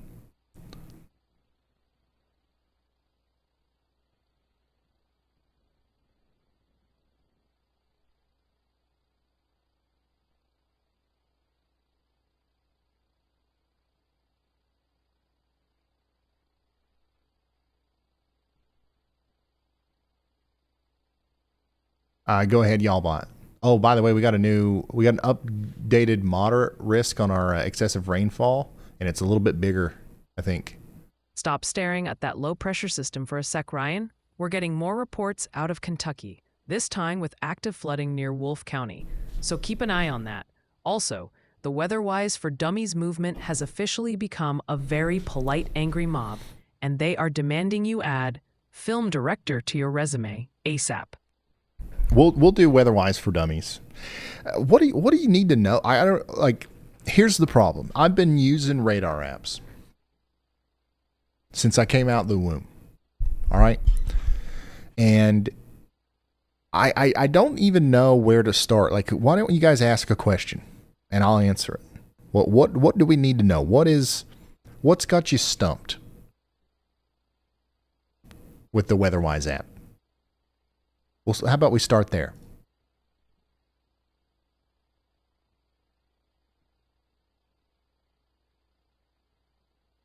Because to me, and obviously it's easy for me to say this is all I do, right? To me, it's very simple. It's very straightforward. What do we need to know? Everything. Okay, somebody said, how do you turn off watch polygons? Okay. All right, I think I know what you're asking there. If we come over to the Weatherwise app and you hit the little caution button here, now you're in control. All right, I'm going to pause the animation here. You're in control. If I zoom out, you see all the warnings and stuff. Now, if I hit the eyeball, I can turn all the warnings off and on like this. If I go to settings, and I go to severe watches and I turn these off, that will turn off the watches and I can't see them anymore. And you'll have to do the same thing for winter watches. I'm assuming that you don't want to see the heat watches. Maybe that's what you're looking at. You turn all those off and your map will look much cleaner. You can go in here to the settings and really customize what you're seeing and what you're not seeing. If you think it's overwhelming and you got too much stuff on there, just go through the settings and toggle stuff off that you don't Like if you go over here and you're like, what in Sam's heck is a brisk wind advisory? And like, why do I care about that? Just turn it off. All right. Or if you live somewhere where it never gets smoky, you turn off the dense smoke advisories. You know what I'm saying? Like, obviously you're going to want to leave your tornado, severe flash flood stuff on, but go through the settings and you can toggle stuff on and off. You see that, like that's what I need. Like I questions, I can answer questions. I don't know if I can just start from scratch and be like, here's how this works, because it's honestly, there's just so many different things, right? There's a lot to it. Even though it's simple, like there's a lot that you can do with it.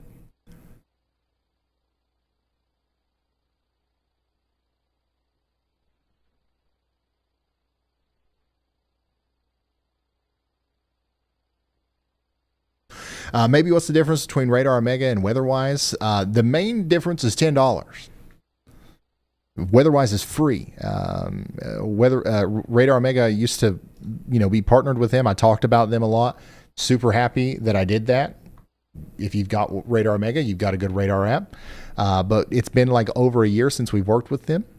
And we're working with WeatherWise now. And one of the main reasons behind that is because they're really helping me out on the development side. I've been geeking out. I've been learning how to code. All right. I've been developing my own software and, a lot of really fun stuff that I'm working on. And a lot of it requires the infrastructure that would go into a radar app, but I don't want to make a radar app. So I'm working with WeatherWise. They're letting me use that infrastructure to build my own products on top of their infrastructure for broadcast. I'm not doing anything like, I'm not doing a radar app. And then also, like as I'm building this stuff out, I'm helping them like, hey, like this would be really cool to have in a radar app that nobody has, and this is what my viewers would like, and this is what would best serve people, and it's just a really cool, good relationship, and we're working together, and they're releasing updates like every Tuesday, it seems like, and it's just going really well. Nothing against Radar Omega or Radar Scope or any other radar app. They're all good, but like WeatherWise, it's free. It's the same thing, but it's free. Like that's crazy. I don't think people understand how crazy that is.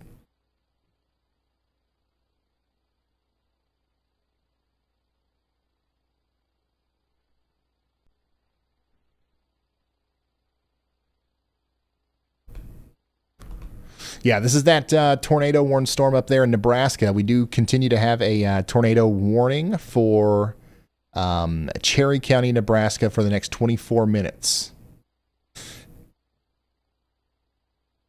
And if it produces a tornado, it's going to happen right here in front of us from John McKinney's point of view. What language did you make YALBot? YALBot is a bunch of Python scripts. Mostly Python, and then like, the stuff that you see here on stream, the front end is all done in JavaScript, but the vast majority of it's Python.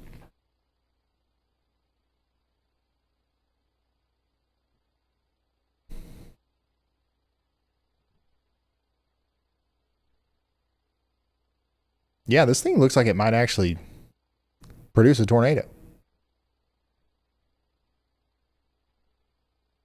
Once again, this is the tornado warned storm that's heading down towards Cherry County, Nebraska, Valentine, and this is going to go on for 23 more minutes. But this is a live look at the process of the base of the storm, really trying to produce a tornado here. We've got a live view of it from John.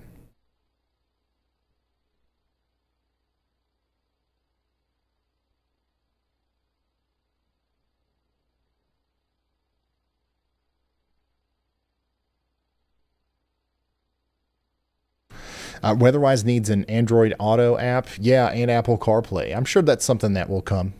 You guys got to remember, too, WeatherWise is new. It just came out. So they've got a new update every Tuesday, it seems like.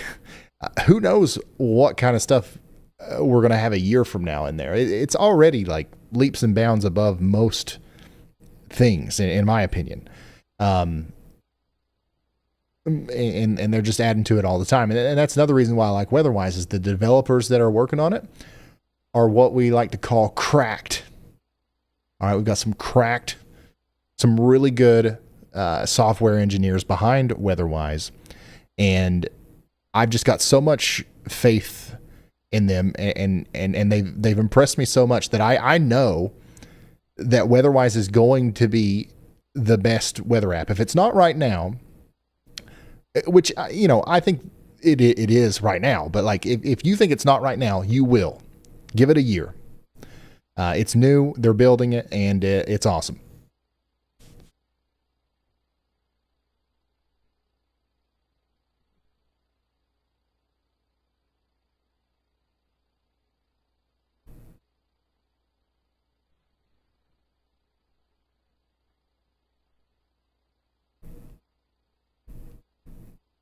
So if you're just now tuning in, we're watching this rotating storm up here in Nebraska. It's trying to produce a tornado. This is what it looks like on radar. Big time hook there. Decent, honestly, a really impressive amount of rotation coming together here. It's pretty concerning for the town of Valentine, Nebraska. Hopefully everybody out there is taking shelter as it's moving to the south and east.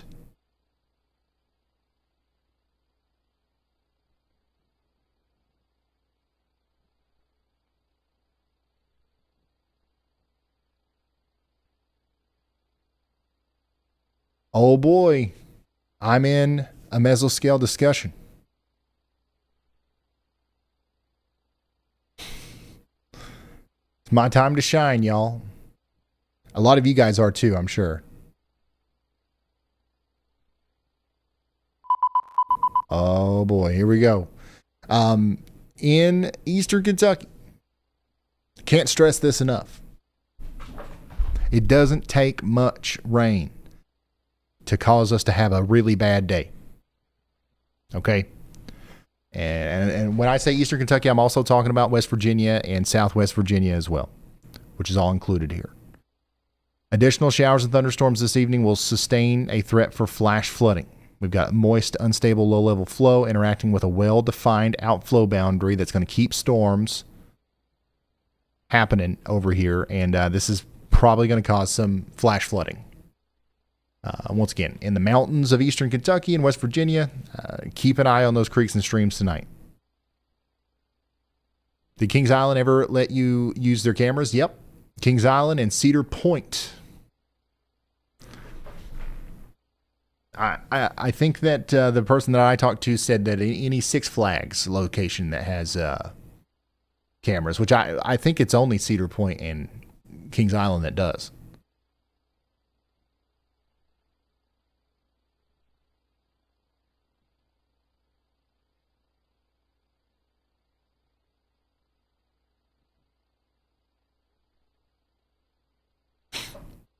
You know what? What's going on in Kings Island?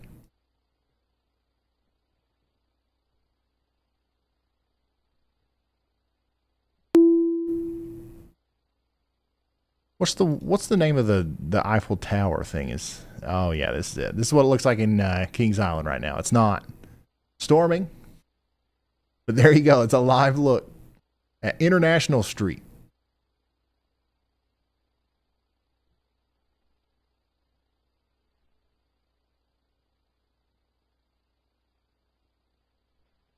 So this will actually be a really useful camera during severe weather in Ohio, because we don't have a lot of cameras in Ohio either. But now we've got the Kings Island stuff and the stuff up there in northern Ohio near Cedar Point and Sandusky.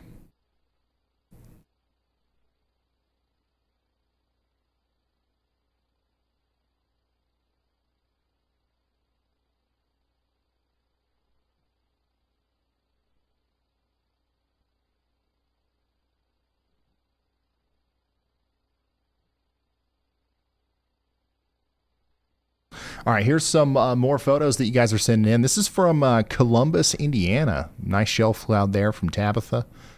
Birmingham, Alabama. Jennifer, moderator Jennifer, in the house here with a beautiful photo from Birmingham. I just drove through there yesterday. Oh, wow. We've got us up on the wall with a projector. Nice. Thank you, Jacob, for sending that in.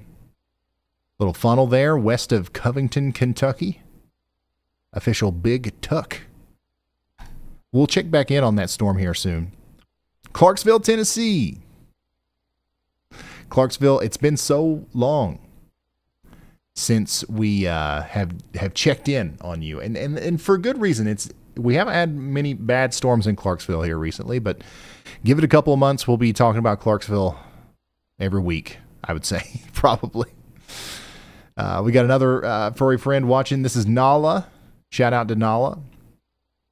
Big time tree branch down there in Proctorville, Ohio. Annapolis, Illinois, flooding already. I'm telling y'all, it's going to get worse. I hate talking about flooding because I sound like a broken record. And I know that like sometimes people get tired of hearing about it, especially if you're in one of those unique places where you don't have to worry about it very often. But sometimes it's the thing that needs to be talked about the most. People were like getting upset when Hurricane Helene happened. While the hurricane was making landfall, I was like, guys, this is a thing. And like, we're concerned about it. We're going to do everything we can to report it to you. But like this flooding that's about to happen up here in the Appalachian Mountains, that's like the actual reason why we're talking about this. And people thought I was crazy because of, a pretty strong hurricane was making landfall. But I'm telling you, the flooding will be the headline for this storm system. Go ahead, Elijah. Hey, Ryan. So we actually have a tornado on the ground in that Nebraska storm. It is a rain wrap tornado, but a chaser just posted a photo of it on Twitter. So we do have a tornado on the ground. Okay, thank you. And that's the warned one, right? Yes, it is the warned one. Okay, thank you, Elijah. So we've got a chaser that's posted a photo of a tornado here on this storm. Now, John is still on it, and I can't see anything right now, but it's rain wrapped, like Elijah said. So a dangerous situation for the population center here that this is coming close to, Valentine. It's going to come right over Highway 83 into Valentine. If there's a tornado with this, if there continues to be a tornado with this, it could potentially come right into Valentine. So take shelter. If you haven't already, in Cherry County, Nebraska. This is an incredibly dangerous storm. This is a live look at that storm, but we do have what we believe is a tornado wrapped inside of the rain there as it comes in. So take shelter now.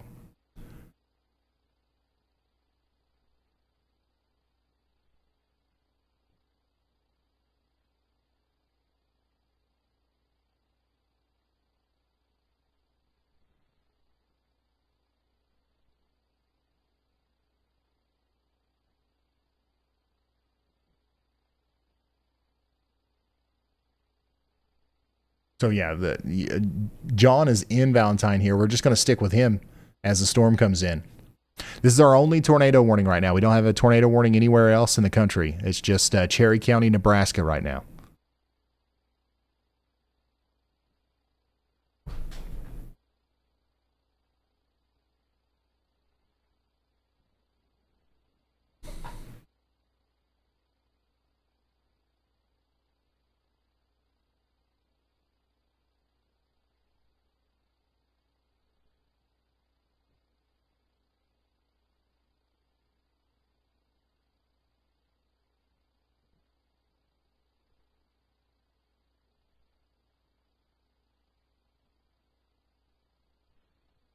Go ahead, Y'allbot.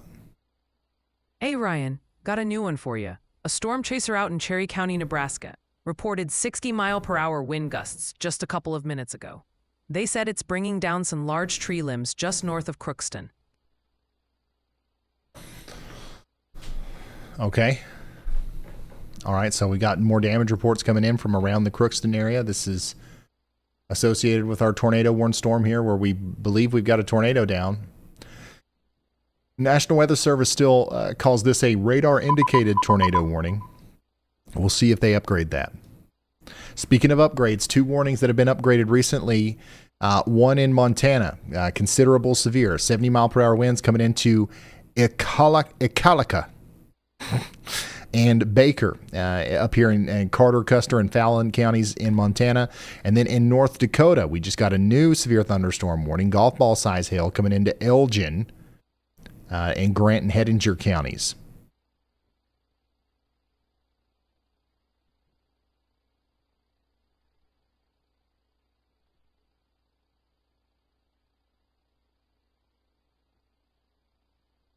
By the way,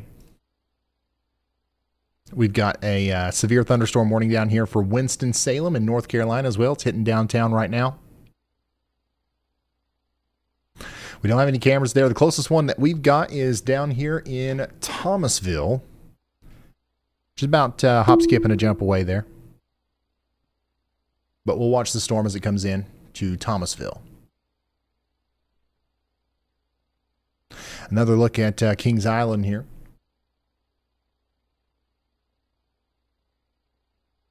And now let's go back to John, who is on the tornado-warned storm in Nebraska. Oh, wait, first, we got a new severe thunderstorm warning in North Dakota. This includes Bismarck. So Bismarck up here in Morton County, North Dakota, you guys are now under a severe thunderstorm warning. This is hitting Interstate 94. It's going to bring about 1.5-inch hail and 60-mile-per-hour winds. All right, Dan, Storm Chaser Dan Fitz is in Valentine, Nebraska right now, right in the middle of that tornado-warned storm. So let's see what he's got. So this is what it looks like inside the storm. This is what it looks like outside the storm. So we've got two views of the tornado-warned storm here, which is incredible. I can't believe that it's, such a low-end day, talking about the severe weather risk overall. In Nebraska, there's two storm chasers for us to choose from here. This is crazy. There's storm chasing is like... I mean, there's just always somebody on the storm, it seems like. That's awesome.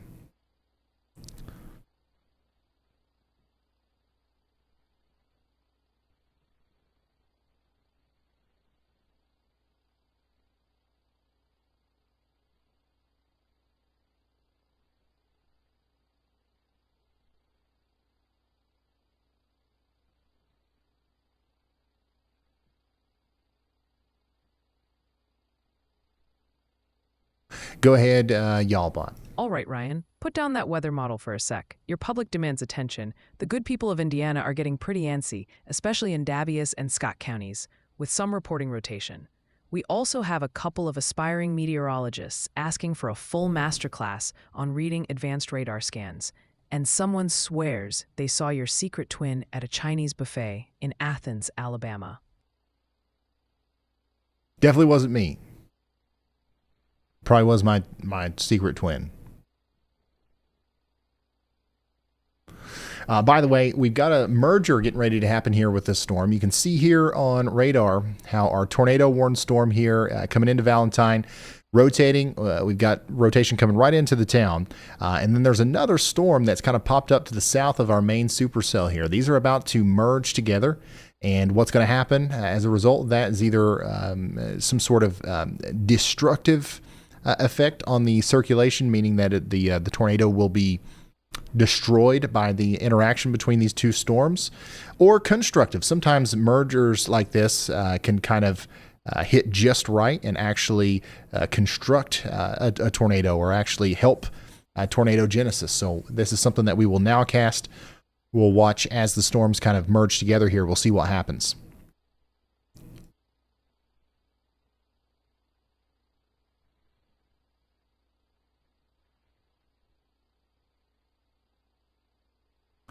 Go ahead, Y'allbot. All right, Ryan, buckle up. I've got a ton of storm reports rolling in from a major severe storm cluster hammering the northern plains. We're seeing everything from a 75-mile-per-hour wind gust in Montana to massive 2-inch hen egg-sized hail across the Dakotas. We also have confirmed damage in North Dakota, where wind-driven hail was large enough to break windows. It's a very active and dangerous situation out there. Very active. Whoa, check this out. This is from Crystal B in Lyons, Indiana. Yeah, Indiana, you guys are like all over the chat right now. And I don't think I'm ignoring you. I know that we're getting some storms out there. It's just there's not a lot to talk about right now. There is one severe thunderstorm warning for Greene and Lawrence counties. They might issue another one here soon for Guthrie, Bedford, and Mitchell for this big burst of wind coming through. But the storms that are happening in Indiana right now, at least, are for the most part below severe limits. What we are concerned about mostly in Illinois and Indiana at this point is going to be the flash flooding. We're going to have training storms. The strongest storm in all of Illinois or Indiana right now, honestly, I'm surprised it doesn't have a severe thunderstorm warning, is the one over here south of the great town of Dietrich and moving towards Noble and Olney. Okay, so this has probably got some decent winds with it as it comes down towards Lawrenceville. Other than that, we're talking about heavy downpours and lots of them, and that's going to cause a lot of problems tonight.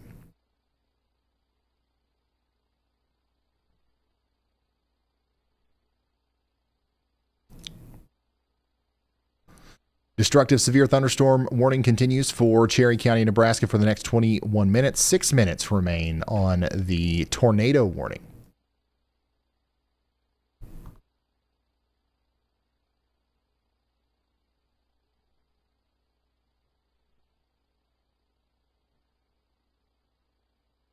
Wow, another great shot from Maine. From Alyssa. Thank you so much, Alyssa, for sending that in. Guys, pics, P-I-C-S, at ryanhallyall.com.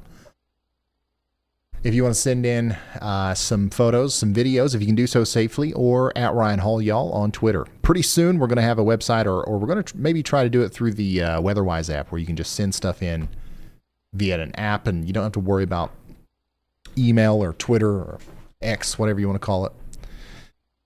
I don't know how far away we are from that, but just, it's some stuff that we're working on.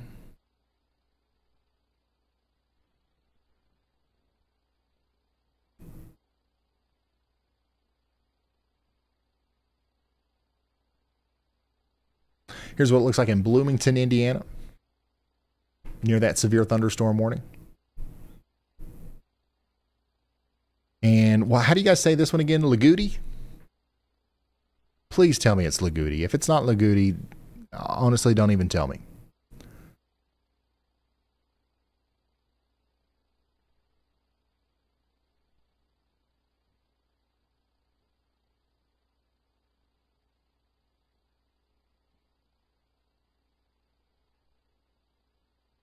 Not interested if it's not Lagudi. Lagodi, I knew it. I know it. I definitely, you guys have corrected me on that one before. Can I call it Lagudi? Is that okay?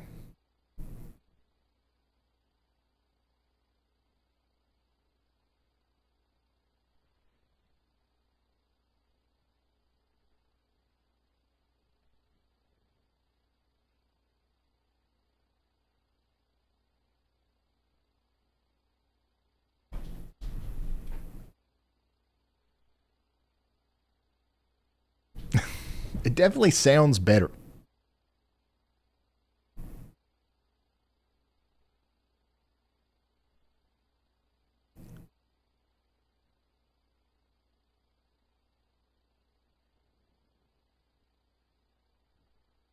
Hope your vacation was great. Yeah, it was. I had a great time.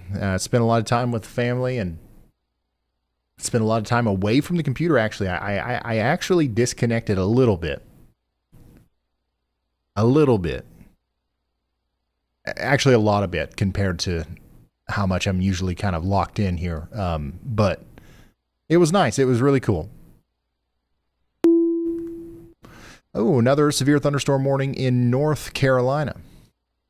This one's going to be for Greensboro. All right, so yeah, this is going to be for Davidson, Guilford, and Randolph counties in North Carolina. About 641,000 people are included in this. We're talking about places like High Point, Lexington, Thomasville, Pleasant Garden, and Greensboro. For the next hour, get ready for damaging winds, maybe up to 60 miles per hour. We're going to watch those come in from the virtual Railfan Thomasville, North Carolina camera. So we've got a live look at the storm as it comes in. We just got a new special weather statement near me, so I'm going to go check that out too. Yeah, so this is that storm that's causing ruckus out here on the Mountain Parkway between Stanton and Campton. 40-mile-an-hour winds and maybe some small hail. Main problem here is going to be the gusty winds, or I'm sorry, the heavy downpour that's going to potentially cause flooding here. 2 minutes remain on our tornado warning. Are they going to reissue that? Or are we going to have a destructive merger? What's going to happen here with this storm? I'm on the edge of my seat. I don't know about you guys.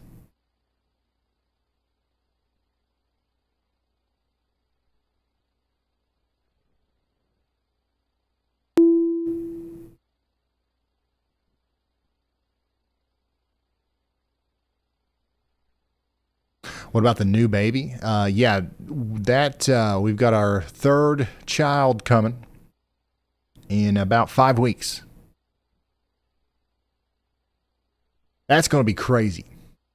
That's going to be crazy. I'm looking forward to it, but that is going to be absolutely crazy. Our house, we've got a 4-year-old and a almost 2-year-old. It's already a war zone. I don't know how me and my wife, I don't know how we're going to do it. But we're going to do it. And yeah, that'll be in about 5 weeks.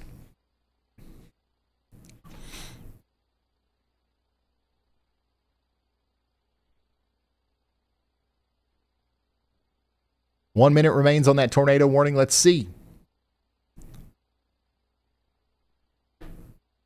Let's see if we get another one here. Yeah, it's another boy.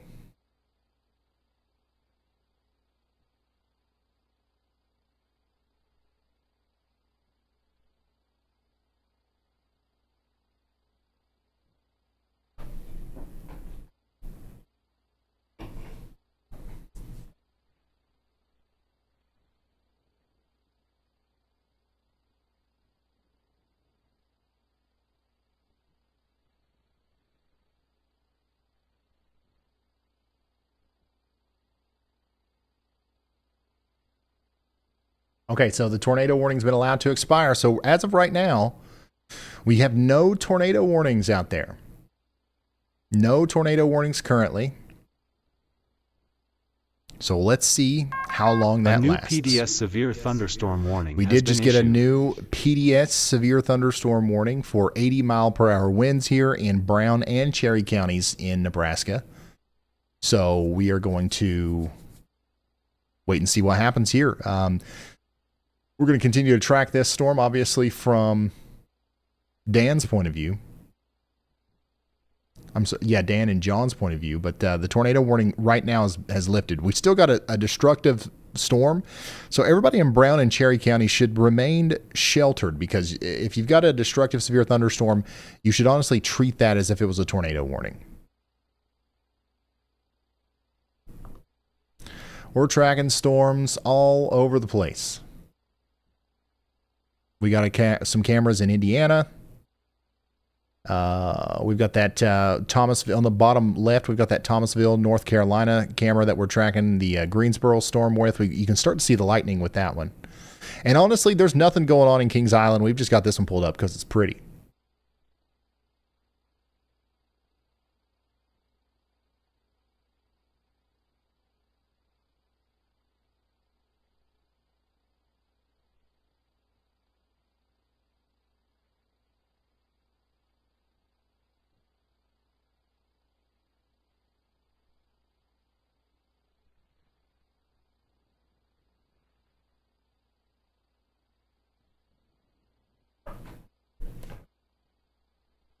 Yeah, the Kings Island cam is pretty awesome.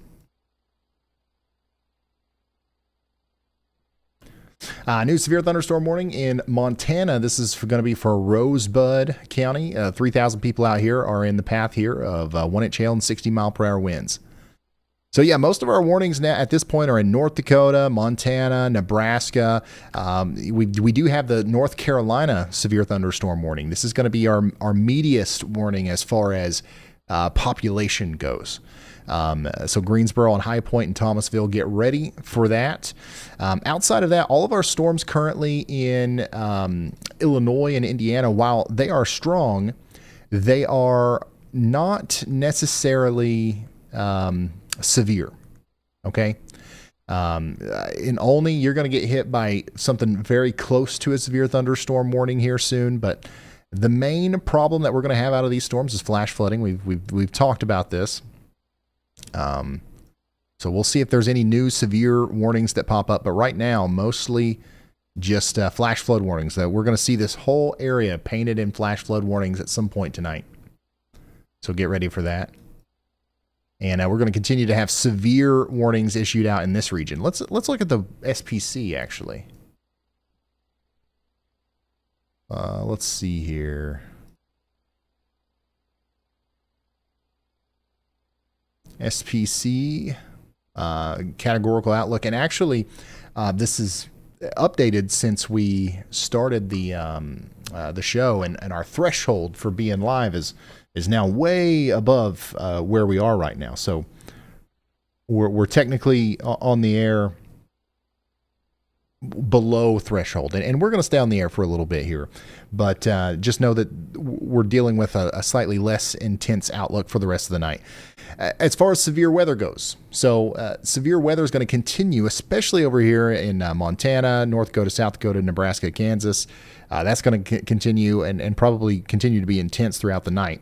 Things are calming down significantly on the East Coast, and they're going to continue to calm down somewhat in the Ohio Valley. But what's not going to calm down is the flash flooding situation.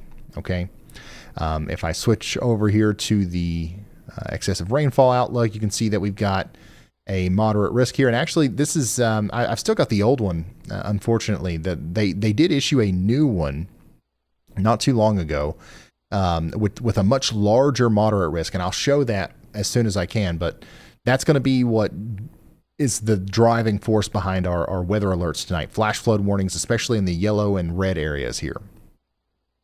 Tomorrow, what's tomorrow looking like? Tomorrow, as far as severe storms go, not looking that bad. Slight risk up here in Montana. I wouldn't be surprised if we saw an addition, another, kind of pulse storm driven slight risk issued for eastern Tennessee down into South Carolina, but it's nothing crazy. Day 3, honestly, day 3, a little bit more interesting. I should say, maybe there's a potential for a live stream on Tuesday around Minneapolis, but for the most part, things are looking calm, relatively after today. For July standards, there's always something happening somewhere every day in July, but usually it's not something that we'd need to be live for.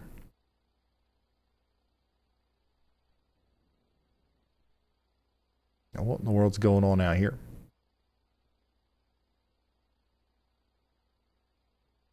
So remember, this storm, this is the storm that was tornado warned out here in Cherry County, Nebraska. It no longer has a tornado warning on it. Still looks like there's a little bit of a lowering back in there, but radar indicates less rotation than before.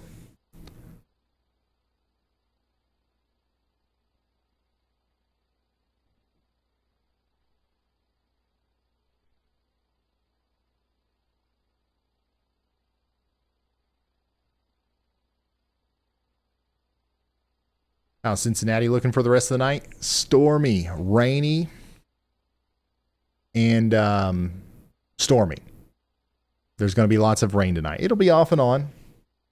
But there's going to be lots of lightning, thunder, heavy rain for the rest of the night.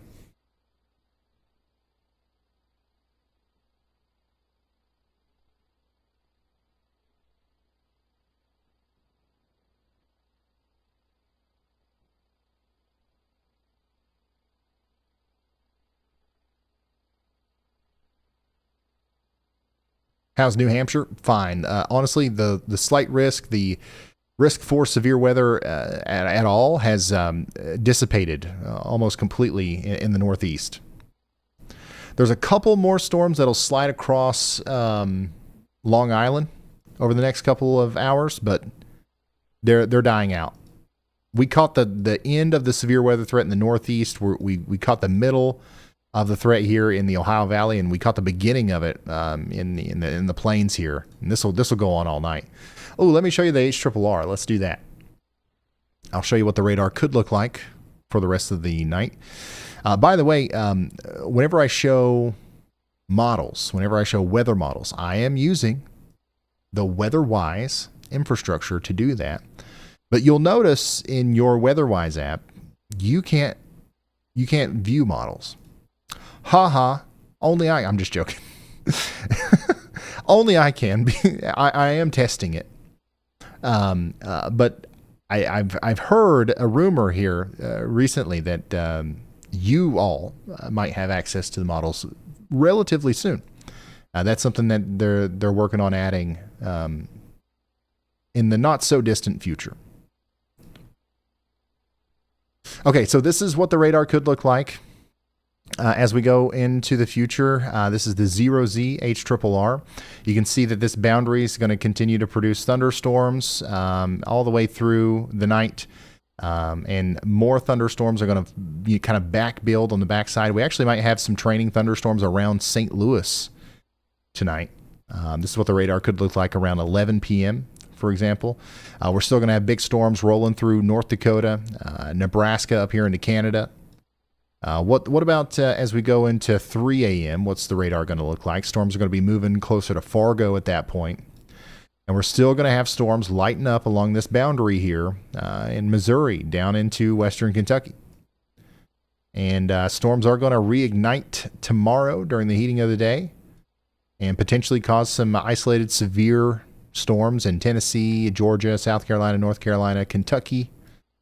And of course, we're going to have that risk for severe weather up in the northern plains as we go into the latter part of the day. Like, this actually looks like if we actually get a complex of storms like this, that'll be pretty intense. That might actually constitute an upgrade to a wind-driven enhanced risk, maybe. So yeah, pretty active day tomorrow. I shouldn't have said quiet. But once again, it's all relative, right? It's pretty active, but it's nothing crazy. Nothing crazy, and that's good. But we're going to be in this pattern for a while, where we see these storm systems kind of ride down the ridge. We're going to have, it's that time of year where we have these mesoscale convective systems that cause damaging winds in the upper Midwest down into the Ohio Valley. So get ready for that.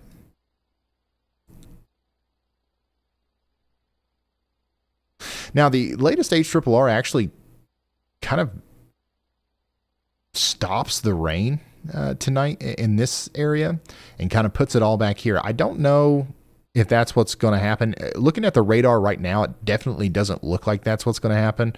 We're already seeing some conflicting information because we've got storms. HRRR says this is what the radar should look like at 9 p.m. This whole area right here is full of storms, and we've got storms building back here. So the HRRR this time of year is honestly not great to look at. It does a lot better in the spring and in the fall whenever there's big synoptically driven systems with low pressure systems and cold fronts, and it does really good with those kinds of systems. But these kind of random outflow boundary pulse storm kind of driven days are really hard for the models to nail down. But just know that we've got a lot of rain and storms for this area tonight.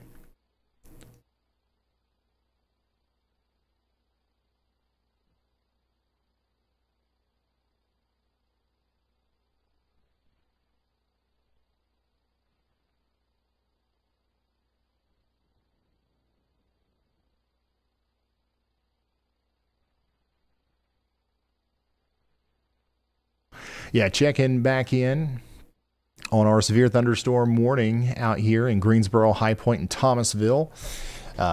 We still have that going on for 33 more minutes. 641,000 people are technically in that polygon there, according to our estimate there in Davidson, Guilford, and Randolph counties in North Carolina. Some places that are included in this warning are including James B. Dudley High School, the Moses H. Cone Memorial Hospital, Piedmont Triad, the Piedmont International Airport, and the Village Mobile Home Park, First National Bank Field, and the Oak Hollow Family Campground. It's getting close to our Thomasville camera out here from Virtual Railfan.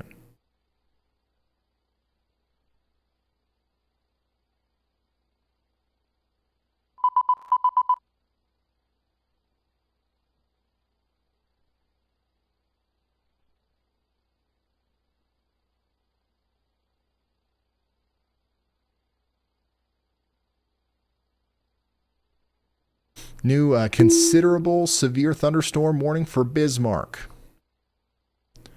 121,000 people are included in this one. This is Burleigh and Morton counties in North Dakota. Bismarck, North Dakota. Take shelter. We've got 60-mile-per-hour winds and golf ball size hail coming in. Another place I don't have any cameras, but we're always talking about. We're always talking about Bismarck. I need to set up a thing because a lot of people, there's probably somebody out here with a live camera that would share it with us. I need to set up an easy way for you all to send those in and get it in our y'all cam.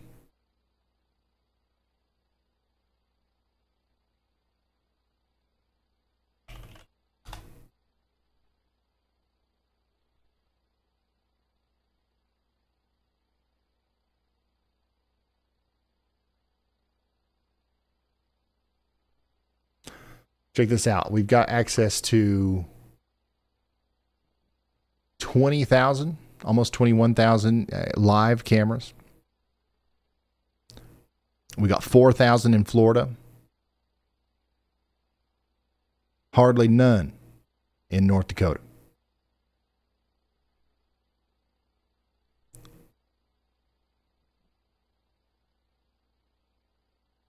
Every state needs to be like Tennessee.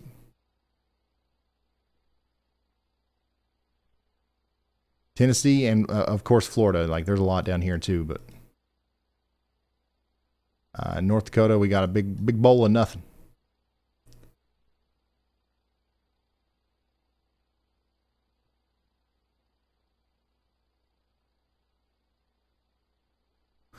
Mr. Cheezel says, do I keep hearing roosters?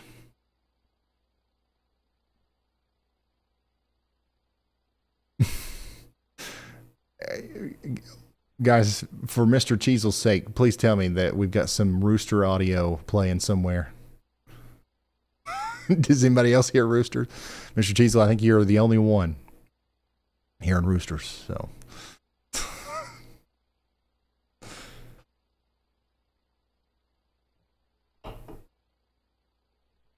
okay, well, there you go.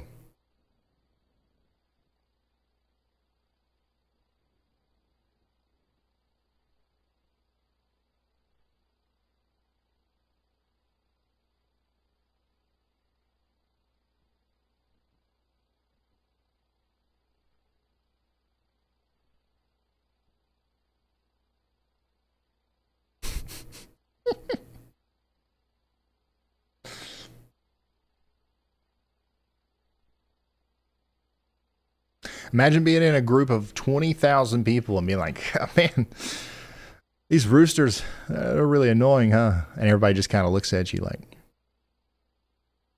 what?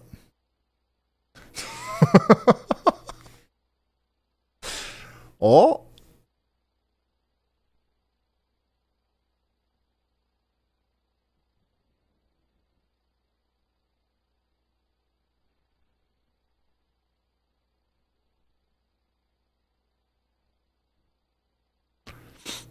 New severe thunderstorm warning for Bowman County, North Dakota. And our destructive severe thunderstorm warning continues for 43 more minutes out here in Brown and Cherry counties in Nebraska. This is what it looks like inside of that from John's point of view. I don't know if he's getting in on the hail or not, but he's down there closer to Wood Lake.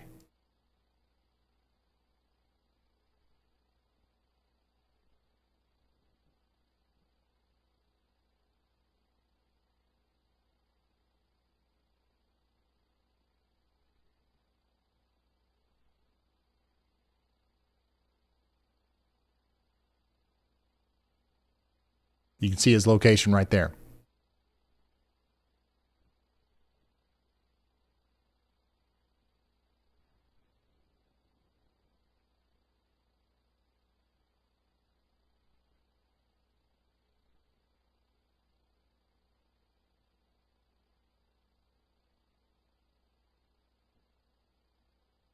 Yeah, all these storms out here in Nebraska look pretty impressive on radar.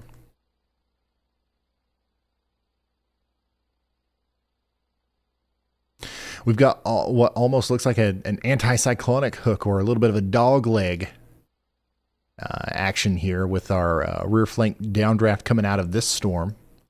Kind of producing a little bit of a bowing segment here at the base of the storm, which is probably producing a breathtaking shelf cloud right here. If somebody was on the road on Highway 83 looking west, that is probably one of the cooler shots that you would have right now.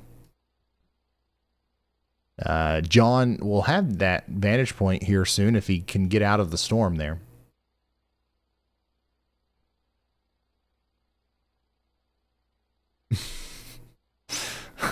Michael Thompson said, "You guys see the size of that chicken? You guys are insane. Get some help."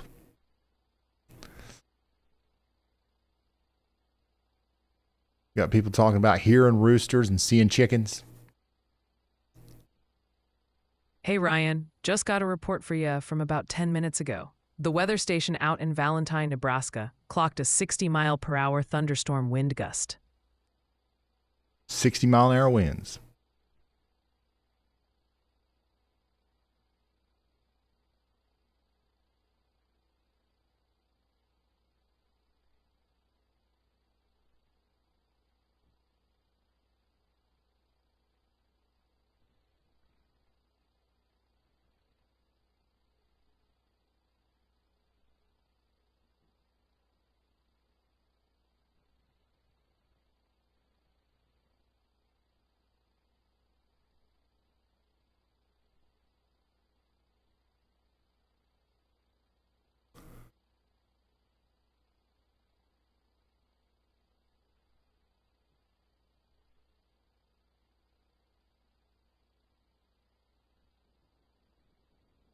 I'm more interested in the camera access for you than chickens.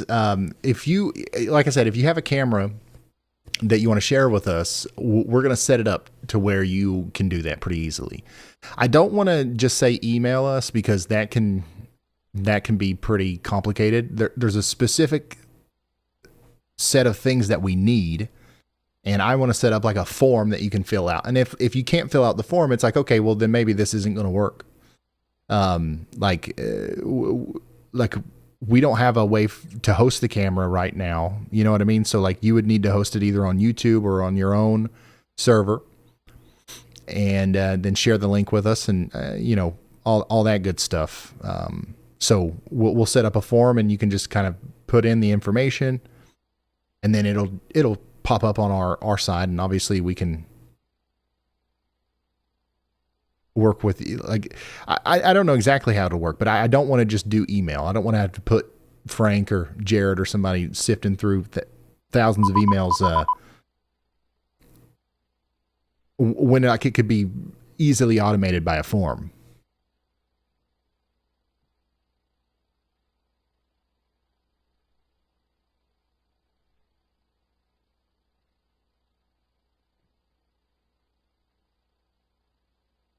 Mike Sullivan, thanks for becoming a member. Yeah, the lightning out here in Lagooty is picking up. Jamie says, your use of AI is both annoying and not authentic. The whole reason I subscribe to you is because you have real people evaluating things in real time. Yeah, we still do that. Like that's literally, that's why I'm live right now. Like we have an AI stream that goes on 24/7. If I thought that was enough, we would just never go live.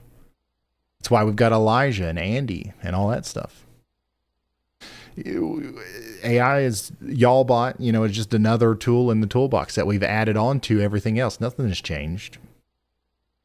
I'm going to be honest with y'all. The people who hate on AI a bunch, I don't get you. I don't understand you. I don't think that, I just don't get it. I don't know why you're so turned off by it. It's done nothing but help us here, and I think it's going to help a lot of people, especially with the way that we're using it.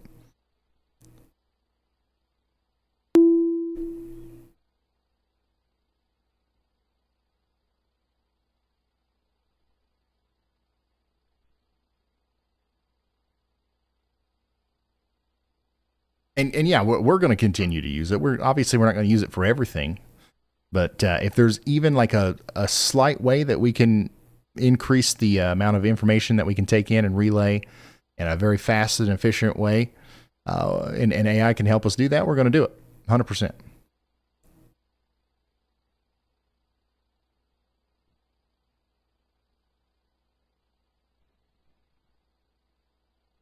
The only thing I hate about it is how people consider it art. Well, I definitely don't consider anything about YAWLBot art.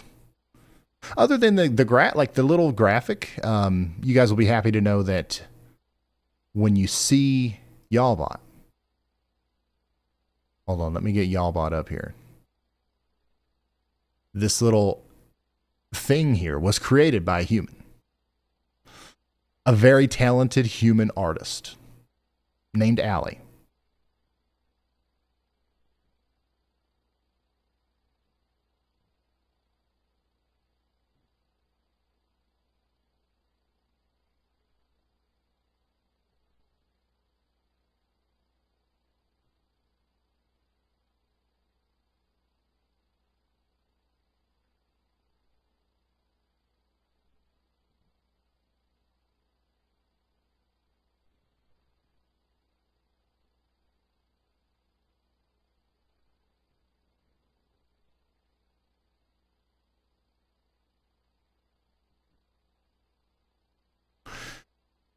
North Dakota, new severe thunderstorm warning for Adams and Hettinger counties in North Dakota.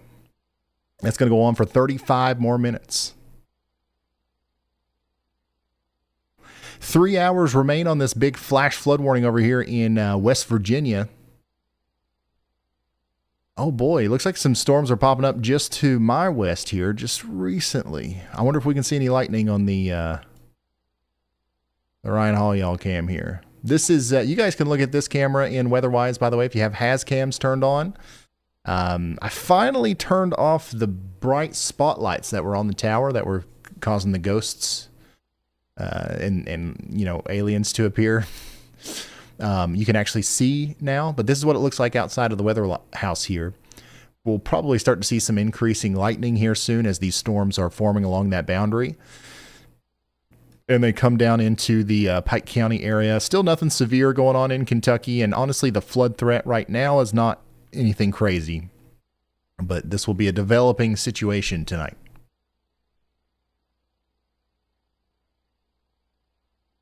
Yeah, I'm very much pro AI. And honestly, I'm kind of nervous saying that because like everywhere I look, people are people are mad. They're like, AI.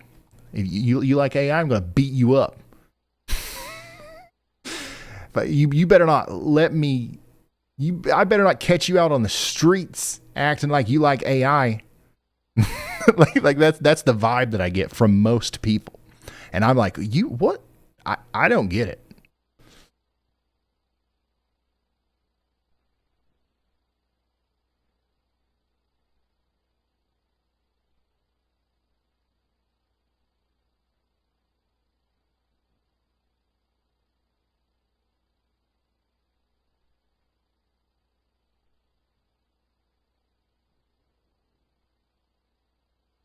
Got a decent amount of lightning visible from the LaGrange virtual railfan camera in LaGrange, Kentucky.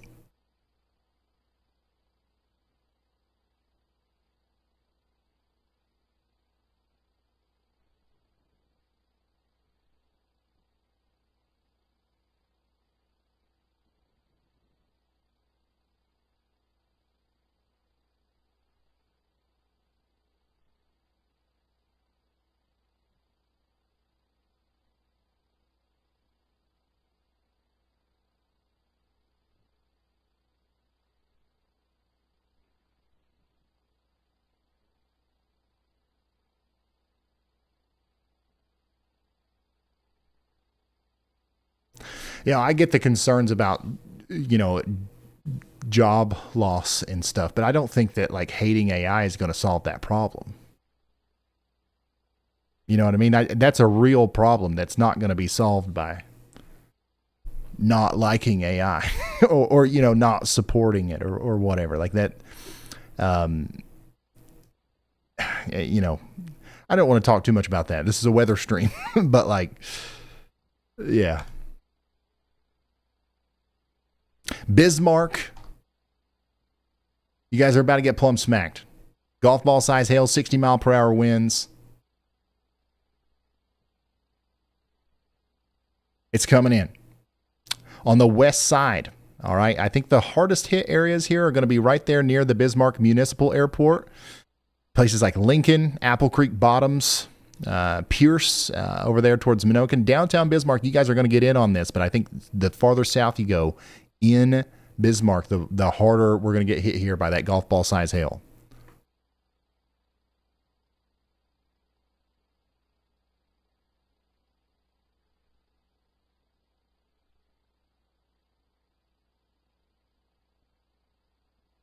Jamie Meredith, thank you for the very generous super chat. Thank you, Jamie. And thank you for the inspiration for the conversation here. I think that it's, you know, it's fun to talk about. And I think some of the comments have, you know, it makes sense, the concerns people have. I get it. Let's see here. Do you own Weatherwise? Seth says, do you own Weatherwise? Nope. Just a partner. Just work with them. I promote the app. They help me with some development stuff. And I'm a user. I'm a lover of the app. I love Weatherwise. It's awesome.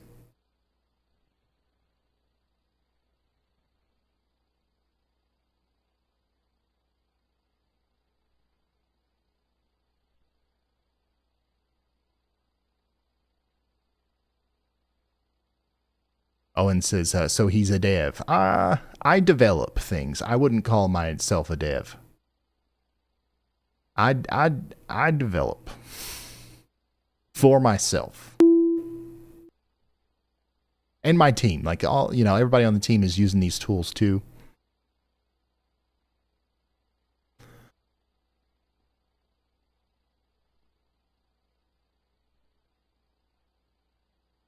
Where is the Sassy Bot? Sassy Bot's here. It's kind of quiet right now. There are some storm reports it's wanting to relay, so let's listen to that real quick. Go ahead, y'all bot. All right, Ryan, buckle up. I've got a major storm report roundup for you from the northern plains. The hot spot is centered on Valentine, Nebraska, which has been hammered with a confirmed 80-mile-per-hour wind gust and multiple reports of half-dollar-sized hail. The hail gets even bigger just to the north, with a confirmed report of tennis ball-sized hail out of Stanley County, South Dakota.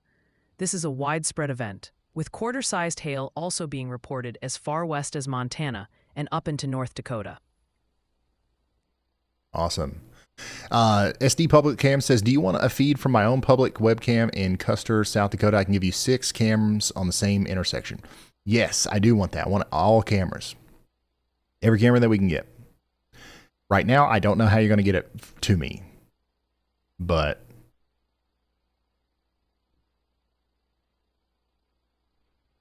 we're working on it. Stay tuned.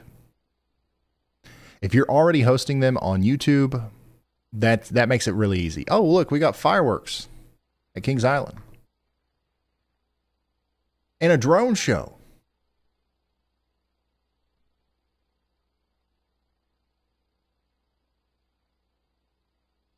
We're just going to go live from now on and just watch Kings Island. Oh my gosh. Laser light show, a drone show, and a fireworks show at the same time.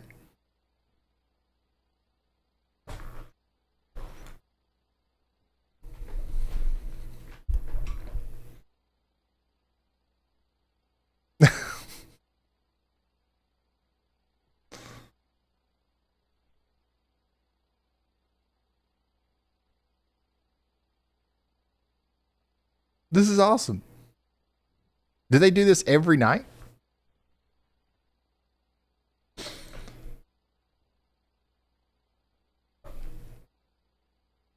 I would love to live right next to that.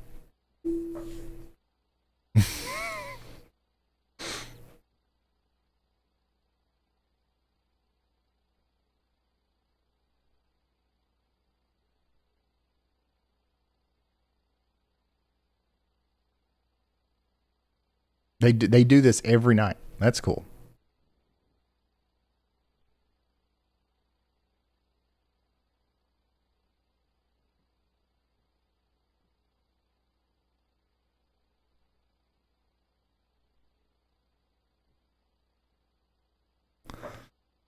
You can still see the lightning increasing down here in the LaGrange, Kentucky camera. Let's go actually inspect the radar down there. There's no warnings, around this. What we're seeing in the distance there is just these storms that are kind of lining up between Scottsburg, Indiana, and just north of Lexington, Kentucky. And this line of storms is going to kind of move to the south and southeast and come down towards Louisville and Lexington. And it looks like it's got a lot of lightning activity. There's just not, there's not a bunch of severe winds or anything with this. It's mostly just lightning and heavy rain. That's what we're seeing right now.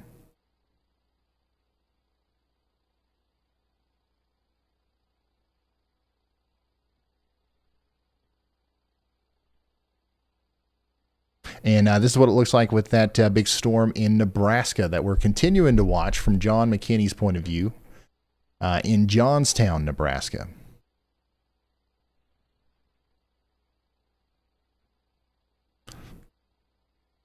And this storm still looks really interesting on radar, too. You got a little hook over here. Not a lot of rotation, but very strong storm that's coming down into Johnstown and Ainsworth here soon.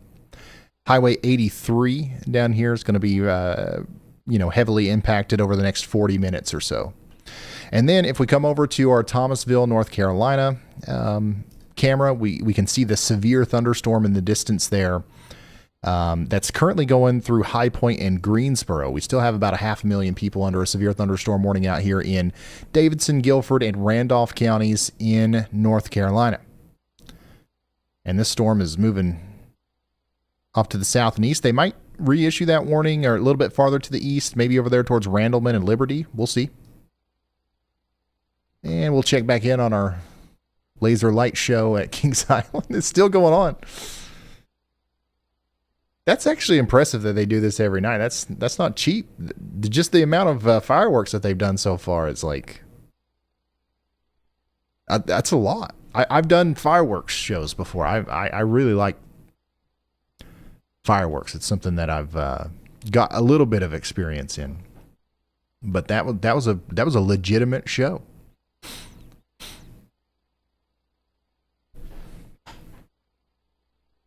Looks like it just ended though.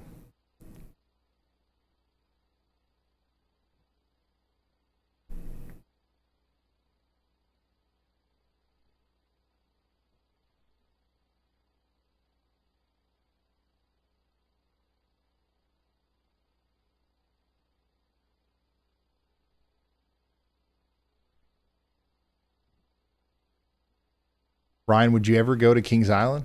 Yeah, I would go again. Of course, I've been before. I've been several times. When I was younger, I think the last time I went, I was like maybe eight years old. But as far as I remember, it was great. It was wonderful. Yeah, this is a look at that storm in Nebraska. Our top warning right now, as far as intensity goes and population, like everything combined, we've got a considerable thunderstorm going through Bismarck right now, dropping golf ball size hail down here around Lincoln and Bismarck. Frank, if they get back to you, if anybody gets to you with a camera around here, you send it to Jared and we'll get it in the system right now. But I don't know. Once again, I don't have anything set up for you guys to send stuff right now.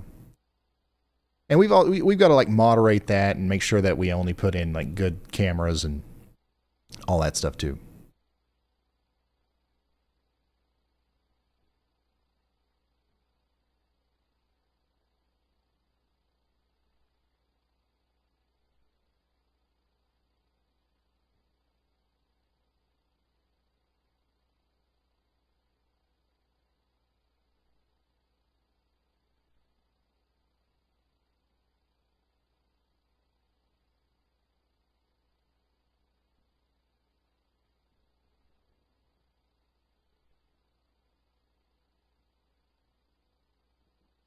All right, go ahead, y'all bot.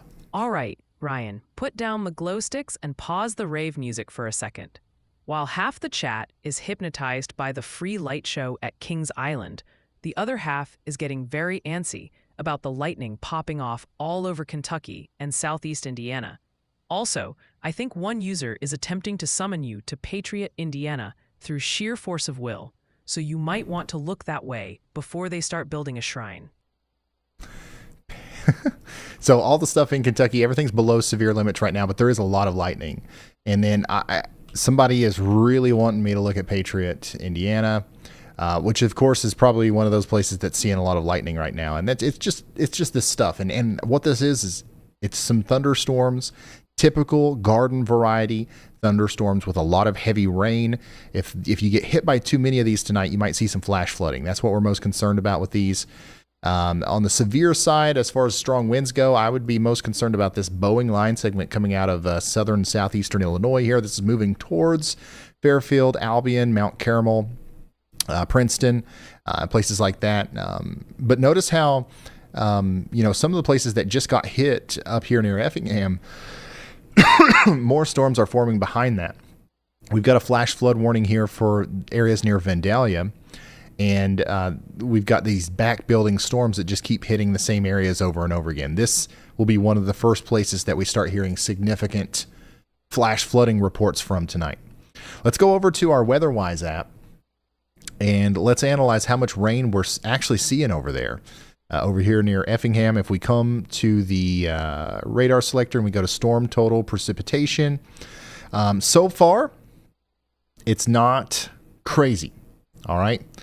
But if we see this level of rainfall continuing for a little while, it's going to get much worse. We've got, 3 inches of rain in some spots here around Ramsey and Brownstown.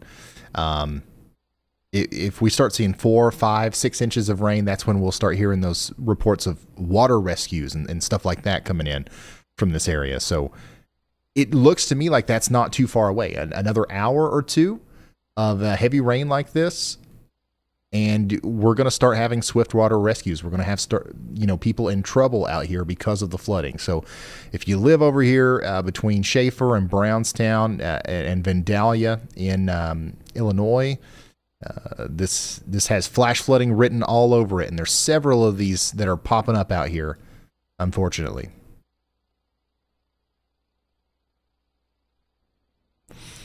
In South Dakota, we got a new severe thunderstorm warning for Harding County. In North Dakota, we're looking at Bowman. You guys are about to get hit by 1.5-inch hail coming out of Rame. 3 minutes remain on the North Carolina warning. Let's see if they issue another one out here for Staley and Burlington. We're at least going to get a special weather statement out here, I believe. At least.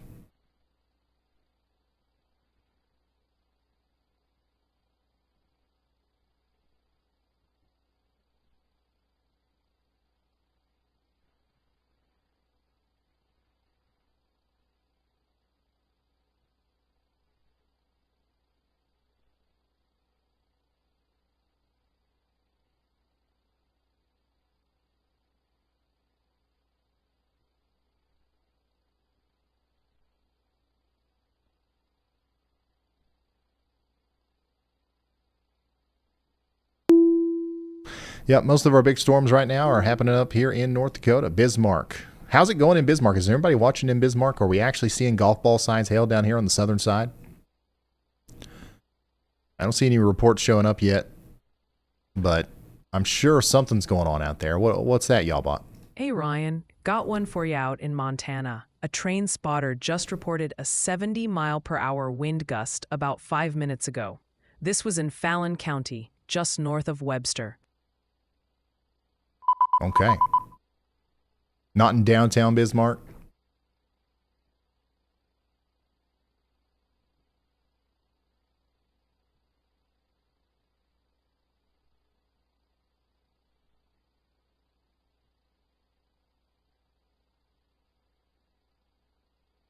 Got a report of a tree down in Kenton County, Kentucky.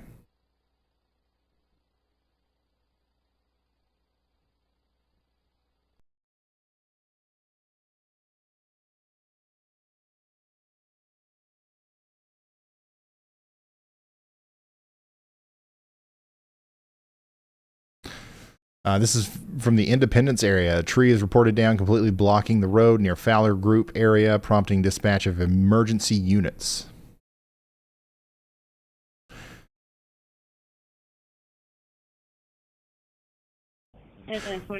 Also, and it's unclear if this is directly related to the storms because it's been clear in Massachusetts for a while, but we're hearing on the scanners a single vehicle crashed into a tree with reports of smoke coming from the vehicle. And there's a multi-agency response right now in Essex County, Massachusetts. Now, there's a lot of wind damage reports in Essex County. That's why we're even listening to that scanner, but that's just something that we're seeing right now.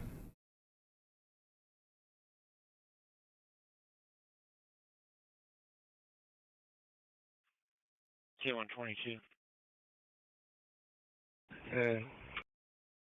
Okay, we did get a new severe thunderstorm warning in North Carolina for 500,000 people. Greensboro and High Point still included in this. Now also Asheboro, Ramsar, and Staley, all now under a severe thunderstorm warning. This is Alamance, Chatham, and Guilford counties for the next hour. How about you in the James B. Dudley High School area, First National Bank Field, Delks Airport? All these places are in the path. This is what it looks like out there in Underwood, Indiana, with there's actually lots of lightning with these storms, even though they are technically below severe limits. Of course, I pull that up. Okay, there's a huge lightning strike. I switched to this one because there was lightning on it, and then the other one had lightning. It's running from me, but yeah, this is what these storms look like in Indiana right now. Below severe limits, but still problematic, and likely just going to end up causing some big time flooding problems a little bit later.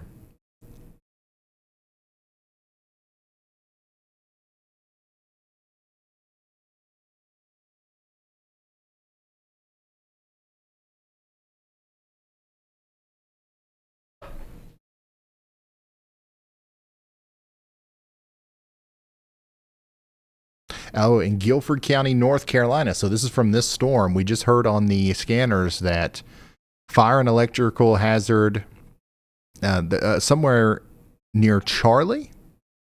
Lightning struck a power line and something's on fire. It's a little unclear what they said there. Let's listen in, actually.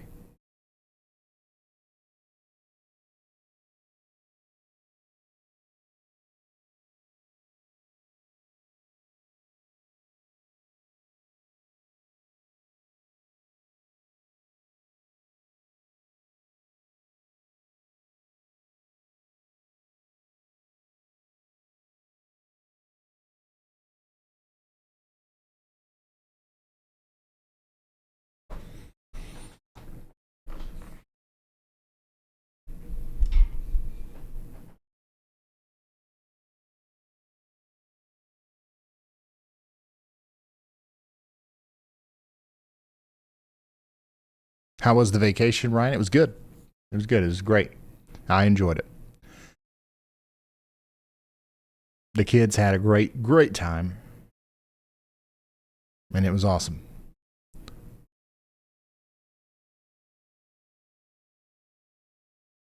Camera recommendation for a weather cam? I don't have one. If your goal is to just share it with me, anything that you can stream 24/7, it's got a power source and, that can point towards the sky or the horizon. And you can easily get it streaming to some sort of server or YouTube. I mean, it doesn't really matter. You know what I mean? We find this valuable. Okay, so the quality isn't at the top of the list of like what's important. But obviously, the higher quality it is, the better.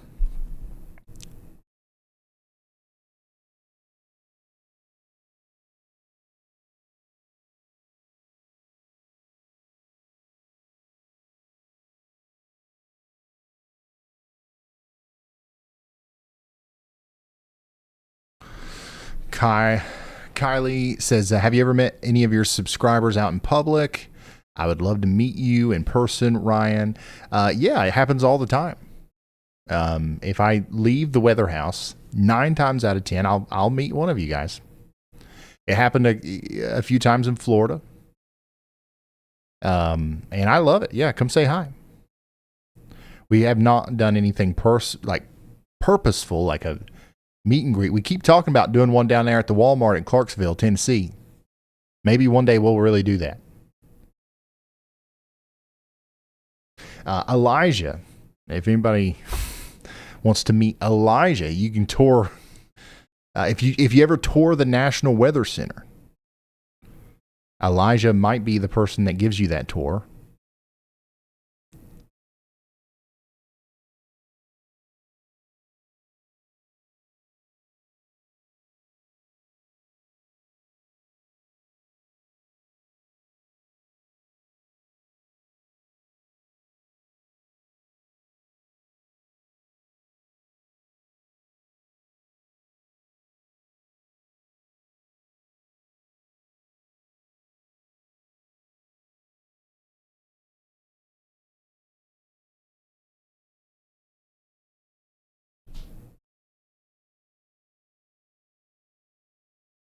Yeah, you'll be fine tonight, Kong. You'll be fine. We're staying on the air here just to see if there's any, big developments, honestly, with our flooding side of things. So far, I'm not seeing anything crazy. I am concerned mostly about this specific area over here, where we now have, a radar confirmed, or a radar and automated gauges confirmed flash flooding situation going on. Ooh, I wonder if those gauges are in the high vis. Have you checked it yet? Jared or anybody? Where am I? Springfield? No.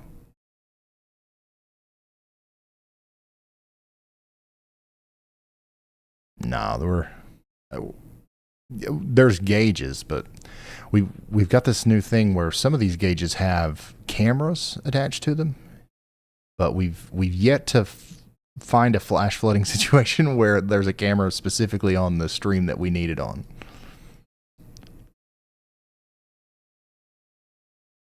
Yeah, there's a big hole right in our moderate risk, of course.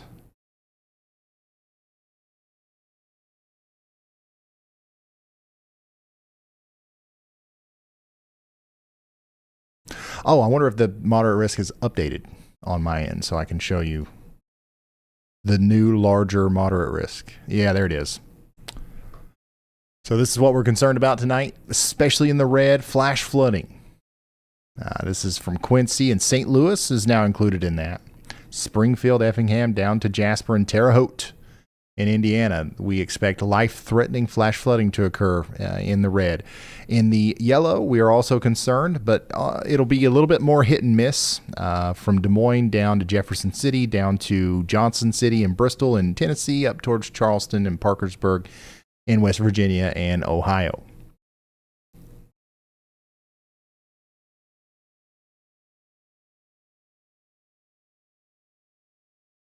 So yeah, that's the problem tonight.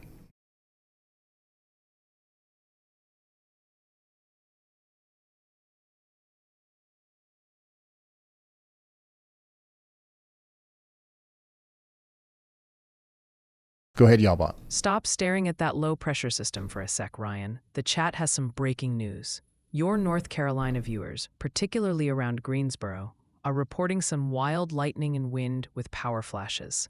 Also, the southern Indiana and northern Kentucky contingent is getting very loud about the incoming storms, and I can confirm that Laura Grayman has officially had the shizzle scared out of her by a lightning strike in Patriot, Indiana. Ah, that makes sense. That's why people are asking about that. New severe thunderstorm warning in Nebraska. How about you? Cherry County again. Here's another place where we're going to end up seeing a flash flood warning. These things are all ganged up in the same area. But we're about to have some quarter to $half size hail and 60-mile-per-hour winds come over Highway 83 again in Cherry County, Nebraska. Get ready for that. Strongest part of the storm still south of Wood Lake, going into more southern portions of Cherry County.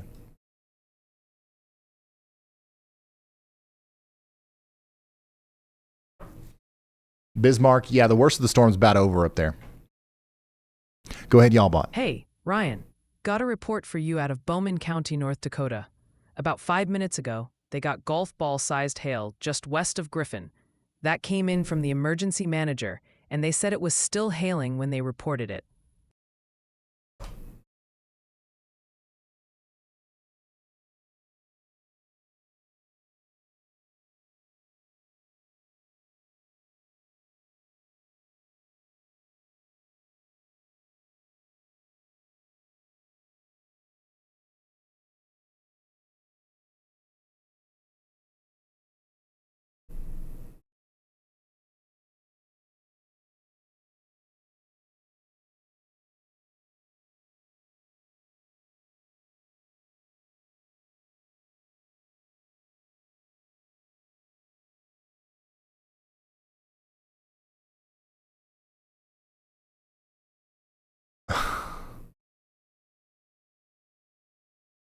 Hey, Ryan, got a new report for you.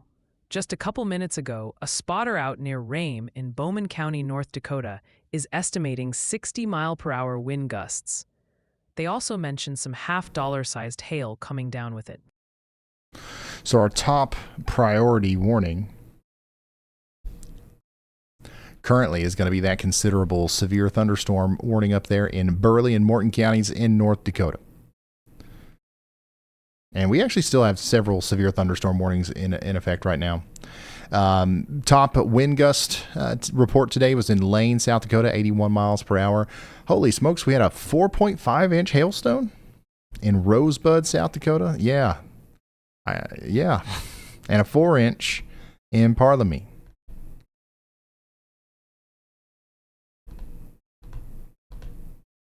So that's pretty big.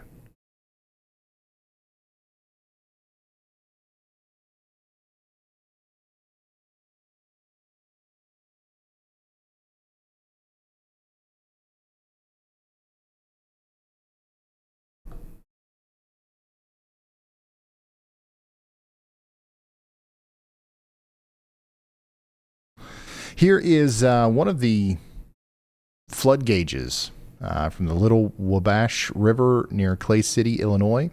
You can see that it's already in minor flood stage, and currently we're not seeing much of a sign of an imminent rise here, but my guess is that the data concerning the amount of water that's coming down right now hasn't made it to this yet.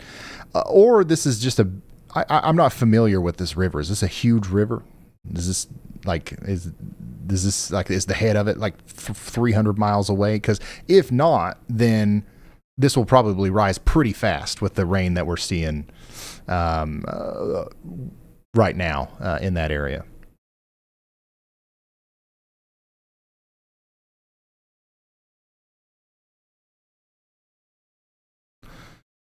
Here's a photo from Andrew Griffiths in Lakewood, Illinois.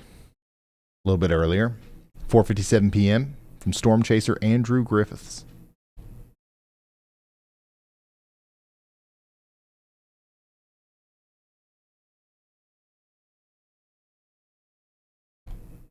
Here's another weather cat. You love to see it. San Francisco, JLP, thanks for tuning in. Another ominous sky in Sanders, Kentucky from James, and Terry B's got an awesome view of a big storm in the distance there with the sun setting on it in Forsyth County, Montana. Thank you for sending that in. Cool stuff. One of my favorite things that we've done here recently is it's made it easier to show stuff like that. I love that you guys send stuff in too.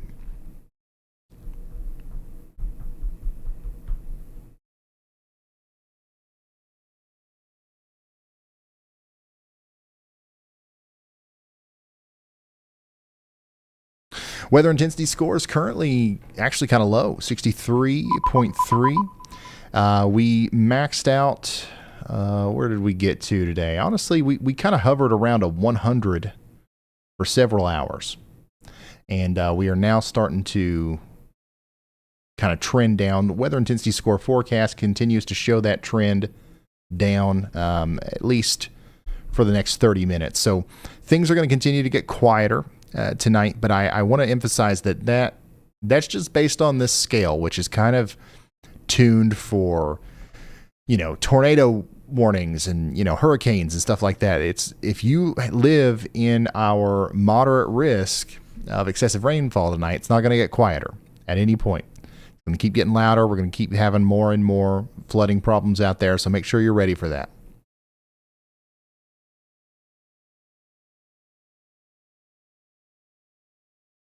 Hold on to your radar, Ryan. The chat is absolutely convinced there's an unwarned tornado on the ground near Bowman, North Dakota, with multiple reports of a debris signature. We also have some very nervous viewers in Mitchell, Indiana, who are scared of the crazy lightning. And if you have a spare second, please glance at Southern Illinois for baseball bros before they break their keyboard.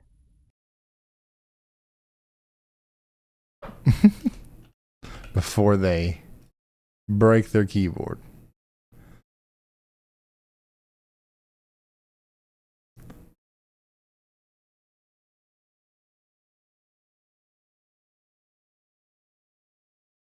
So I'm looking at the storm over here in North Dakota.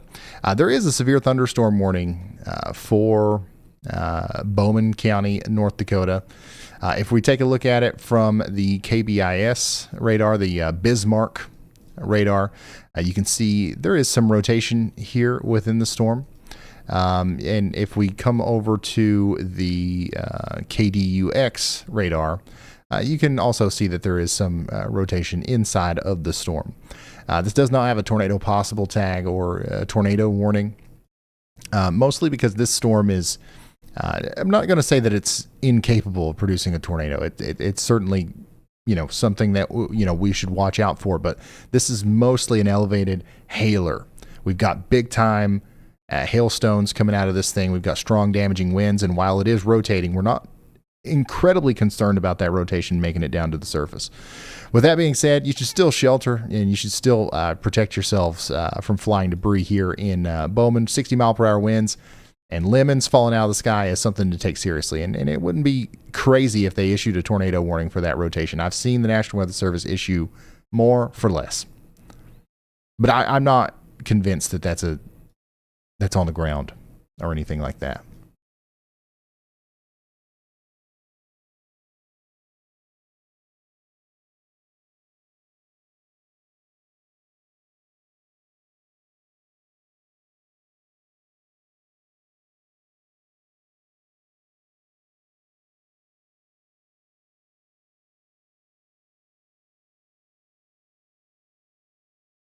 Here's another flood chart. This is for the Wakinda Creek at Carrollton in Missouri. It's going to get really close to moderate flood stage there. That's the forecast. It's currently like just one. It's going to go from 1 foot to almost 19 feet in a very short period of time. The flooding is going to be quite intense out here. I want to show you something else. If we go over to the SPC mesoanalysis page and we kind of take a look at the precipitable water values, which is something that we talk about in videos, but we rarely actually mention it during live streams. But this is this is wild. We've got such a large area above 2. Anytime you have precipitable water values above 2 inches, it's something that makes you go, oh man, like there's going to be some flooding problems there. And a lot of times it's a small pocket. You know what I mean? This is a huge area with 2-inch PWatts precipitable water values approaching 2.5 right there north of St. Louis. So what that means is that every storm that pops up here in this bubble of moisture is going to be way more capable of producing, flooding rains than your typical storm. So let's come over to the radar. Wait, Brandon Kopic's out chasing? What the heck? Brandon's in Iowa. All right, checking in with Brandon. Not a lot going on in this part of Iowa. I guess he's getting set up for tomorrow. But there he is. Anyways, coming over here to the radar, these storms, they look decent, on radar. It's like, oh, okay, yeah, we're going to get a decent storm here in Bowling Green here soon, Whitehall. But wait until it hits you. If you live in Whitehall and you've got this storm right here coming towards you, wait until it hits you.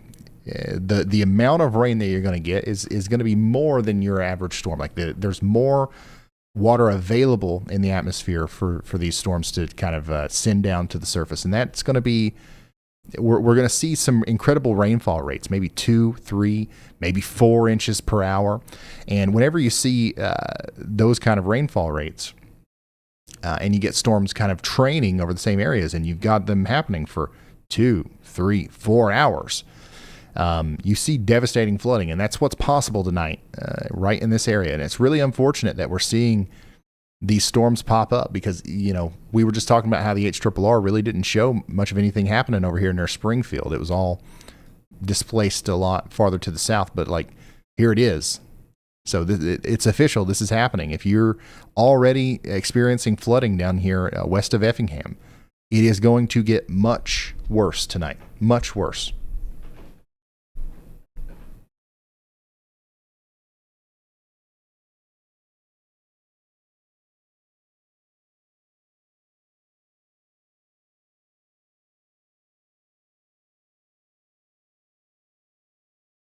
Thankfully, still nothing terrible to, be concerned about over here in Eastern Kentucky just yet.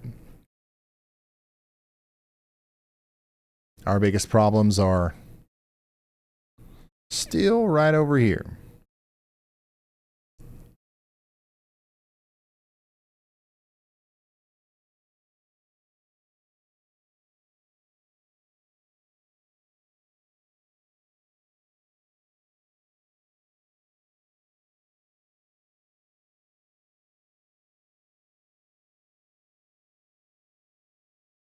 Lots of lightning with these storms in Indiana. This is over here in Knox County, Indiana, north of St. Thomas. So this is the storm that's coming out of Illinois and moving into the Mount Carmel and Princeton area.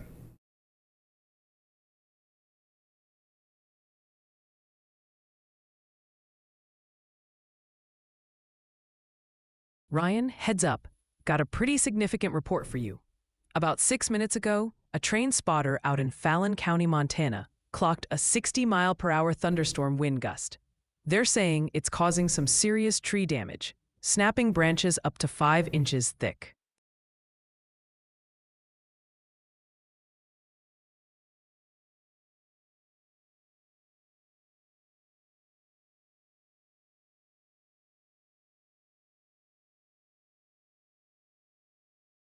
Yeah, there's so much lightning with these storms in Indiana. It just goes to show how much juice is in the air for them to work with.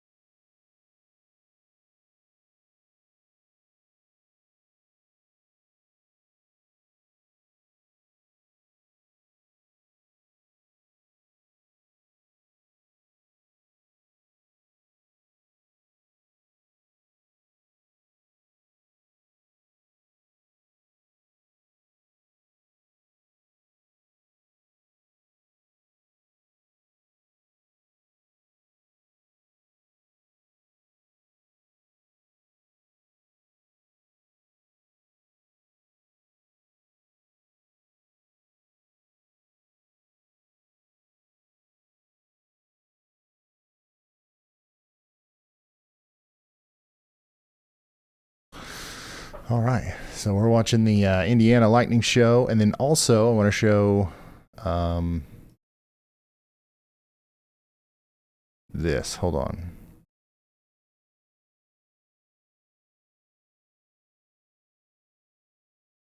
Oh crap! Will you unarchive that? I accidentally archived it.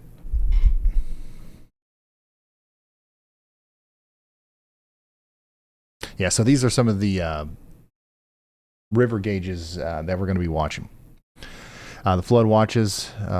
This is all the flood watches that we have, along with all the National Weather Service river gauges. Green currently indicates no flood. Yellow equals action stage. Orange, minor flooding.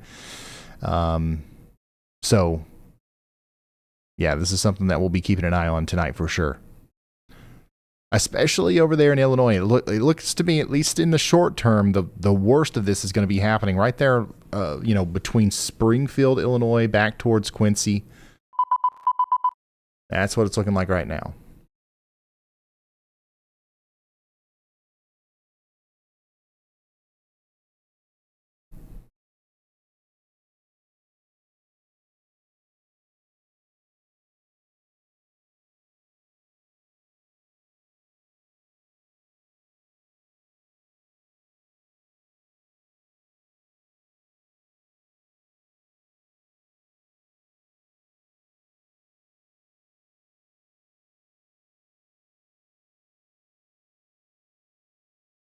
Hey, Grumpy, thank you so much for the 10 gifted memberships.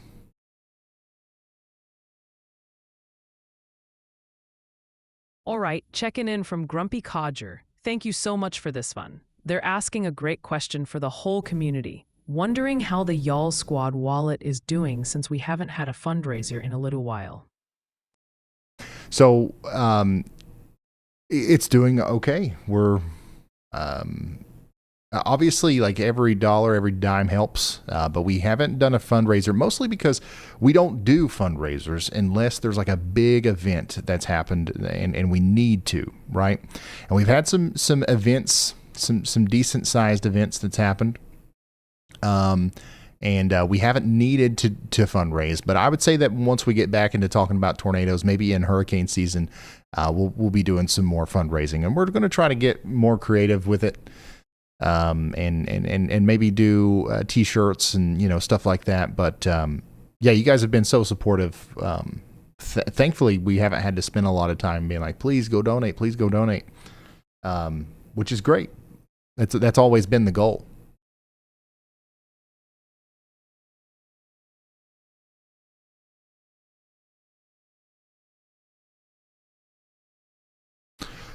Yeah, I think that, just with some of the flooding that's happened here recently, we've given out like $300,000 or something like that in financial relief, and whether that be through supplies or direct financial assistance, which is awesome.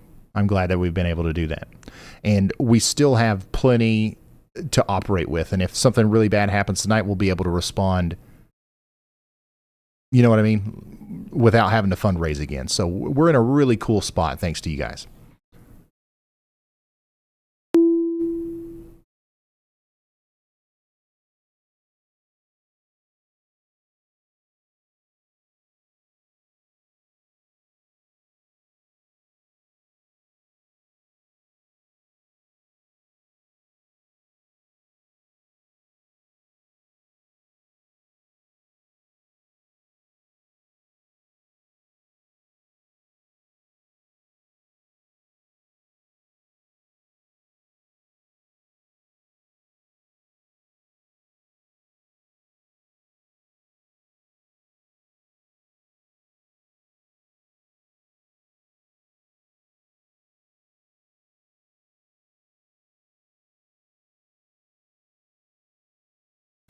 New considerable severe in Brown and Cherry counties. These storms are definitely our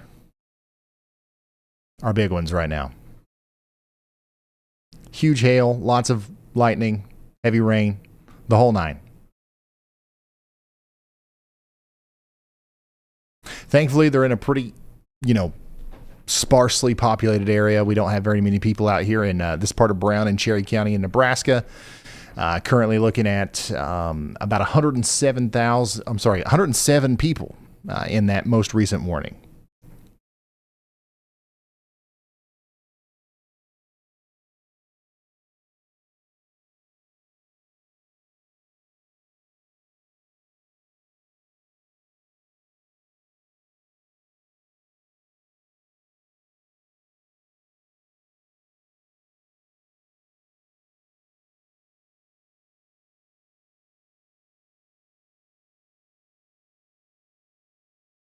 Yeah, it's starting to rain here a little bit. Thankfully, it's not bad.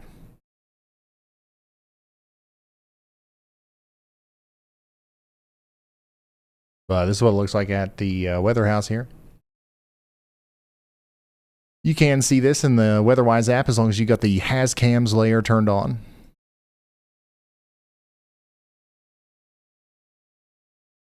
Yeah, we can deal with this. If we just have like this happening all night, I think we'll be all right in Eastern Kentucky.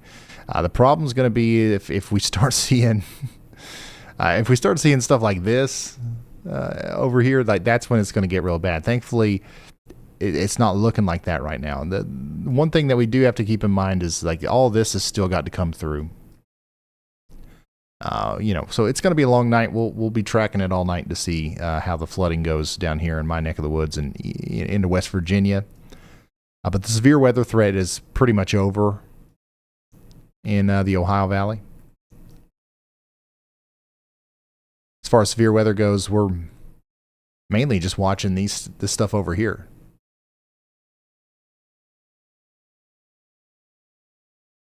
How's Indianapolis? Fine for now. There's a chance that we get some more rain tonight.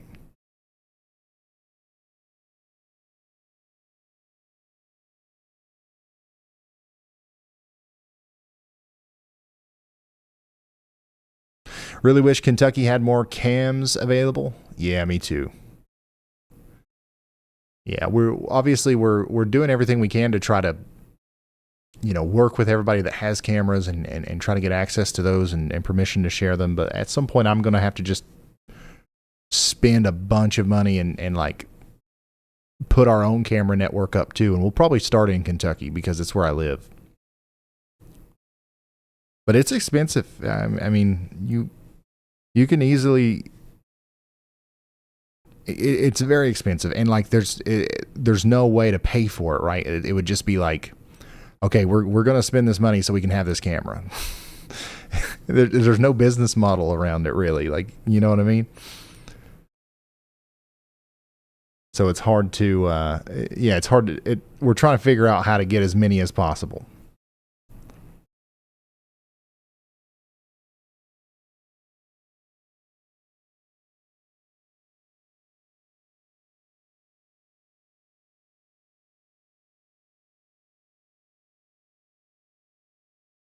Sponsors for each camera. You could do that, but like, I don't know, like, let's say we put a camera in Berea, Kentucky. All right. We'll do good cameras. All right. We'll do two $300 PTZ cameras. And we'll do a weather station. All right, we'll do live weather and lightning data on there. Okay, add another $200-$300 to that. You got $600 in there. We want to put it in a good location on top of a building, on top of a tower, preferably. You got to pay somebody $1,000, $2,000 just to climb up there and put it up. You got to pay for internet. And here we are with maybe even a couple $100 a month in expenses. Several $1,000 initial expense to put the camera up, and there is a good chance that we will never use that camera all year for anything. We would be paying that just to have it just in case. You know what I mean? And that's only if I use it. Like we probably need to get creative about like how other people could use it, involve other entities. But yeah, that's why it's hard for me to go out and put out a bunch of cameras right now. But we're going to eventually do it.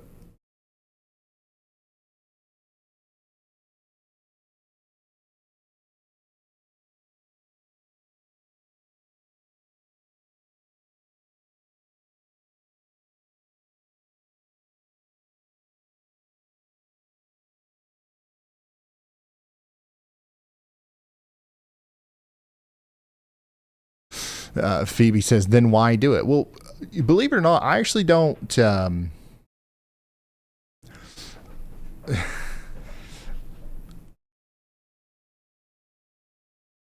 It doesn't matter to me that it's not a good business decision. I literally just want the cameras.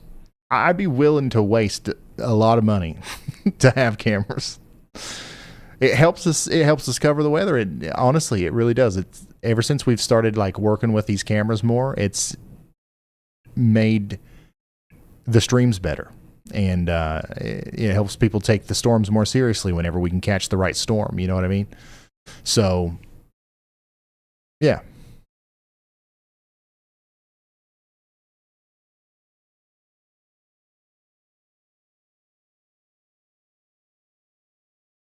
Can you connect to residential cameras? Yeah. So that's something that we're going to do first. Like I said, I'm going to open up a website where you guys can just like send in all your information. If you got a camera you want to share with us, it'll be really easy. And hopefully we can get a bunch that way. And then there's still going to be gaps that we need to fill. And then that's when I'm going to call up the local county government and just be like, hey, listen, I've got this camera I want to put down there. I'll pay for it. Just give me access to a tower. Maybe we'll do it through Hazcams. I don't know. But like something that needs to happen is we need a lot more cameras.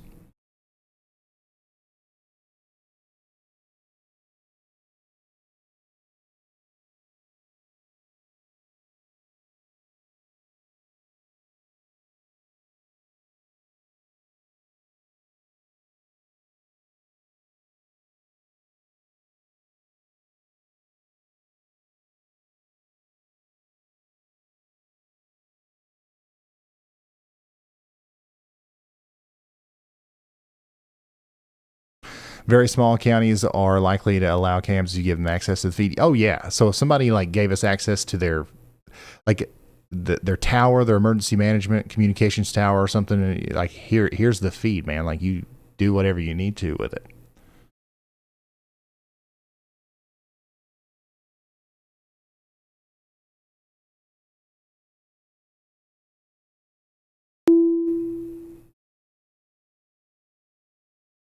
How about partnerships with TV stations? So I've tried that. They don't want to work with me. Most TV stations have a decent little network, right? Like if you go to North Carolina, for example, is a place that we don't have any cameras. And you go to like the best TV station in the middle of North Carolina and you're like, you look at their website and they've got 10, 12 really high quality cameras in all the right spots. And that would be great, but you call them or you email them and you're like, hey, can like I use these cameras? And they're like, no. Like, are you kidding? Like they see me as a competitor. I don't think it has to be that way. I think that like what I'm doing here can be complementary to local TV coverage. And that's the way I try to pitch it whenever I, pitch the idea of like, hey, let's share camera access. It's like we're on the air before the tornado warning, like Days of Our Lives is on your channel, right? Or The Price is Right. People are watching that at home on TV. They're watching me on YouTube.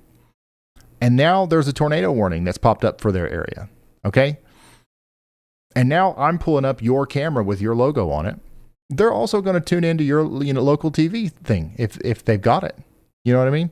I it makes sense to me, but like that's not how they see it.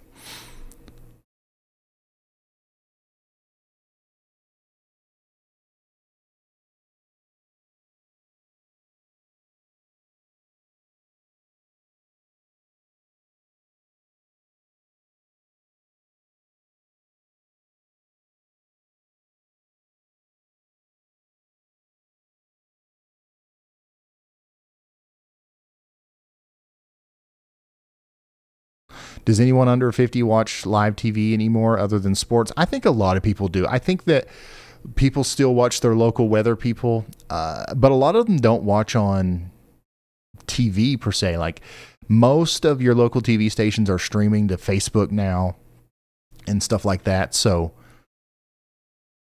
I think that there's always going to be there's always going to be a market for local TV weather.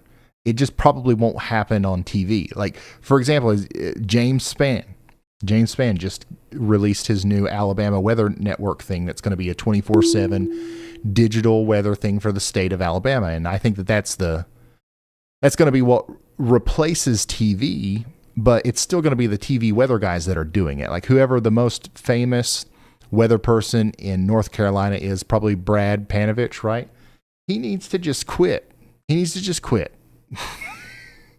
I don't know why he hasn't yet. You know what I mean? Just and start the digital business for North Carolina, and for the rest of his life, that'll be his market, the entire state of North Carolina. Chris Bailey here in Kentucky probably needs to do that. Spencer Atkins in West Virginia probably needs to do that. Like there's but like it's scary. It's hard to make that leap.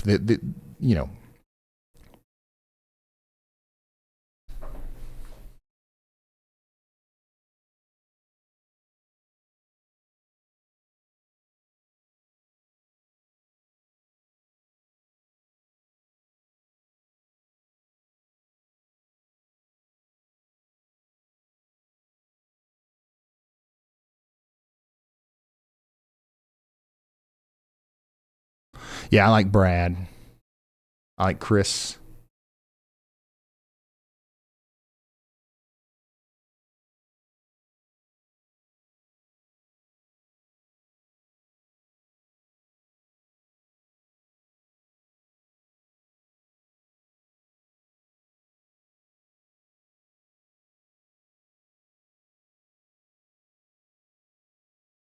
Do you like snow or severe thunderstorms? I like a really big snowstorm. I like that just about more than anything else. A good blizzard is my favorite thing to forecast and track and all that good stuff. My least favorite, to be honest with you, is hurricanes. I don't get it. I don't like. I'm not as interested in tropical weather as all the other stuff. Like I get severe weather. Shoot, like I find flash flooding and it's incredibly interesting. Like even setups like tonight, I'm gonna be up all night watching the radar. But like I could sleep through a Category 3 landfall. Like I don't know what it is. I don't know. Like big time hurricanes like that make landfall. Like those are crazy, and I find them fascinating, and I'm engaged, and I'm like, oh my gosh, let's figure out what's going on here. But most tropical stuff, not for me.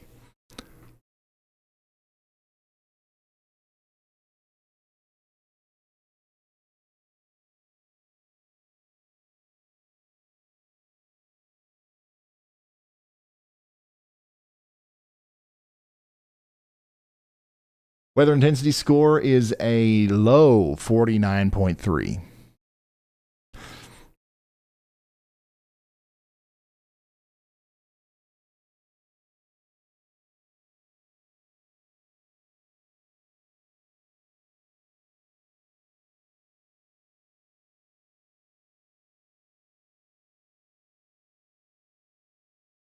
Jesse, thanks for the 5 gifted.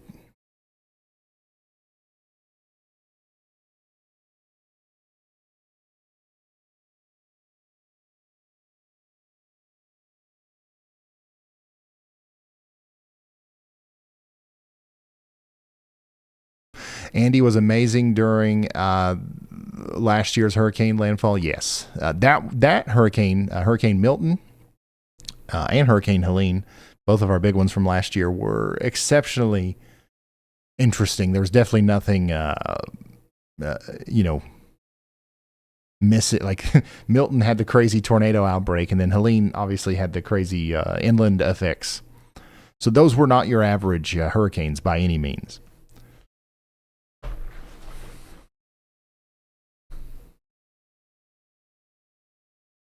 When you had a whiz over 200, how long were you live for? Usually we'll be live for longer than 10 hours if we can stay over 200. We've had it over 500 before. Like this like 49, like I can't emphasize enough how low that is. Like, things are on a national scale overall very quiet. And I know that, like, whenever I say that, people get upset. It's like, well, it's actually really loud at my house. Well, the weather intensity score doesn't measure your house. You know, it's a cumulative score for the whole United States.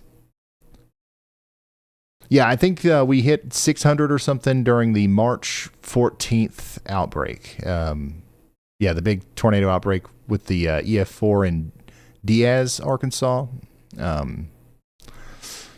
That was a crazy day, and we hit 600. We got up in the 500s. I think it was the next day during the high risk in Mississippi and Alabama, March 15th. But it wasn't as high as the March 14th.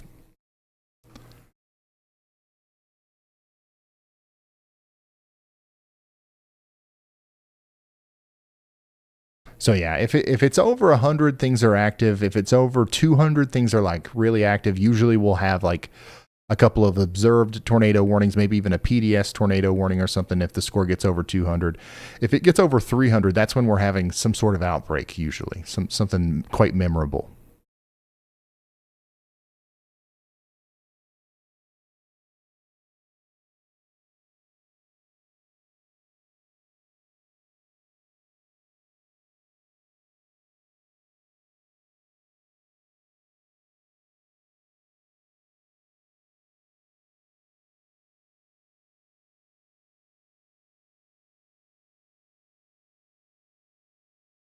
When is the website coming out? Very soon. Very soon. It's already ready. I just need to make sure, like, if like 1,000 people go to it, it's not going to crash. That's the last thing that I've got to do is just make sure it's ready for traffic.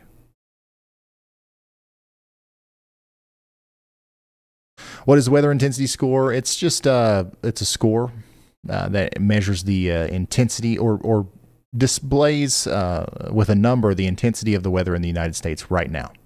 It updates every 30 seconds now. It used to only update every minute. Now it updates every 30 seconds. And it just takes in all the available information, all the warnings, all of the reports, all the mesoscale discussions, all of the chasers, and it just takes in all of this data, runs it through an algorithm, and then produces a number. And the higher the number, the more intense the weather is right now across the United States. Just like a thermometer, there's no cap. There's no, highest possible number. It's just the higher the number, the hotter. Well, the higher the weather intensity score, the more intense the weather is right now. It is heavily impacted by population. So a tornado warning in the middle of nowhere will affect the weather intensity score less than a tornado warning in a big city. Can we please get Y'allbot to say hi? Yeah, Y'allbot's been quiet this stream. Let's get it to say hi. Hello, Y'allbot. Well, hey there. What's cooking?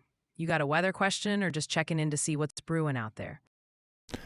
Yeah, what's brewing out there? Oh, we got a spicy one tonight. We've got severe thunderstorm warnings up in north central Nebraska and also in southwestern North Dakota. We're talking golf ball-sized hail and some gusty winds up to 70 miles per hour. So if you're in those areas, maybe don't plan a picnic, all right? Okay, what is the weather intensity score?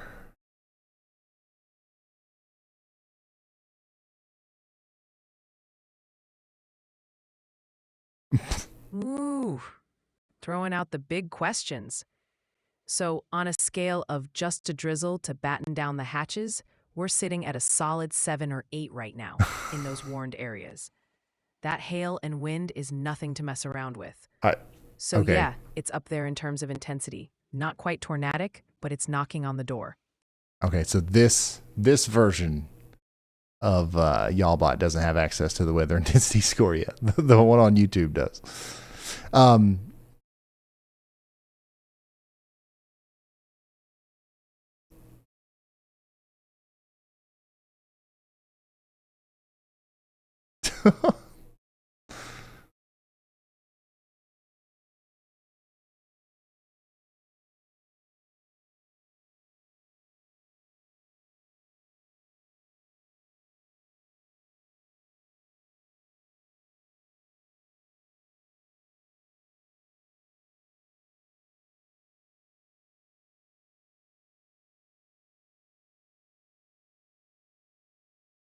There's different versions. Yeah. Yeah, I'm gonna have to end the stream here soon, but hopefully I'm not boring everybody too much. What YAWLBOT is it's just a big database. It's just a bunch of information about the weather with several different front end applications that can interact with that database and talk to it. And then like we put the little figure up there and the text to speech voice thing. But yeah, this front end application that I use for the live stream here just isn't tied into the right database. I've updated it. And that's why it didn't know what the weather intensity score was.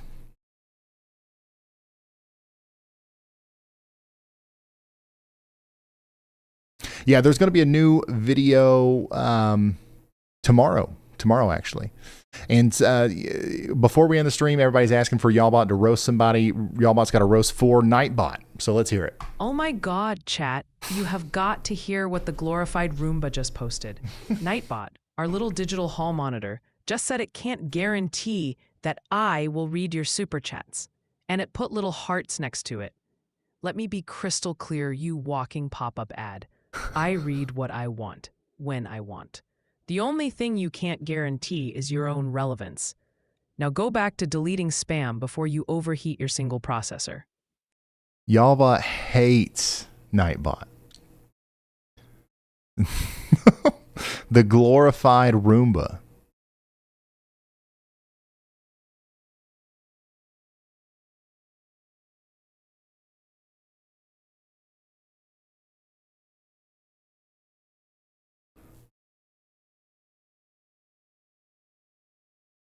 Oh my gosh. All right, couple new flash flood warnings here. They're starting to come out all over the place. Effingham is now under a flash flood warning. This is Effingham and Shelby counties in Illinois. In Kentucky, we've got Owen County under a flash flood warning for the next 3 hours.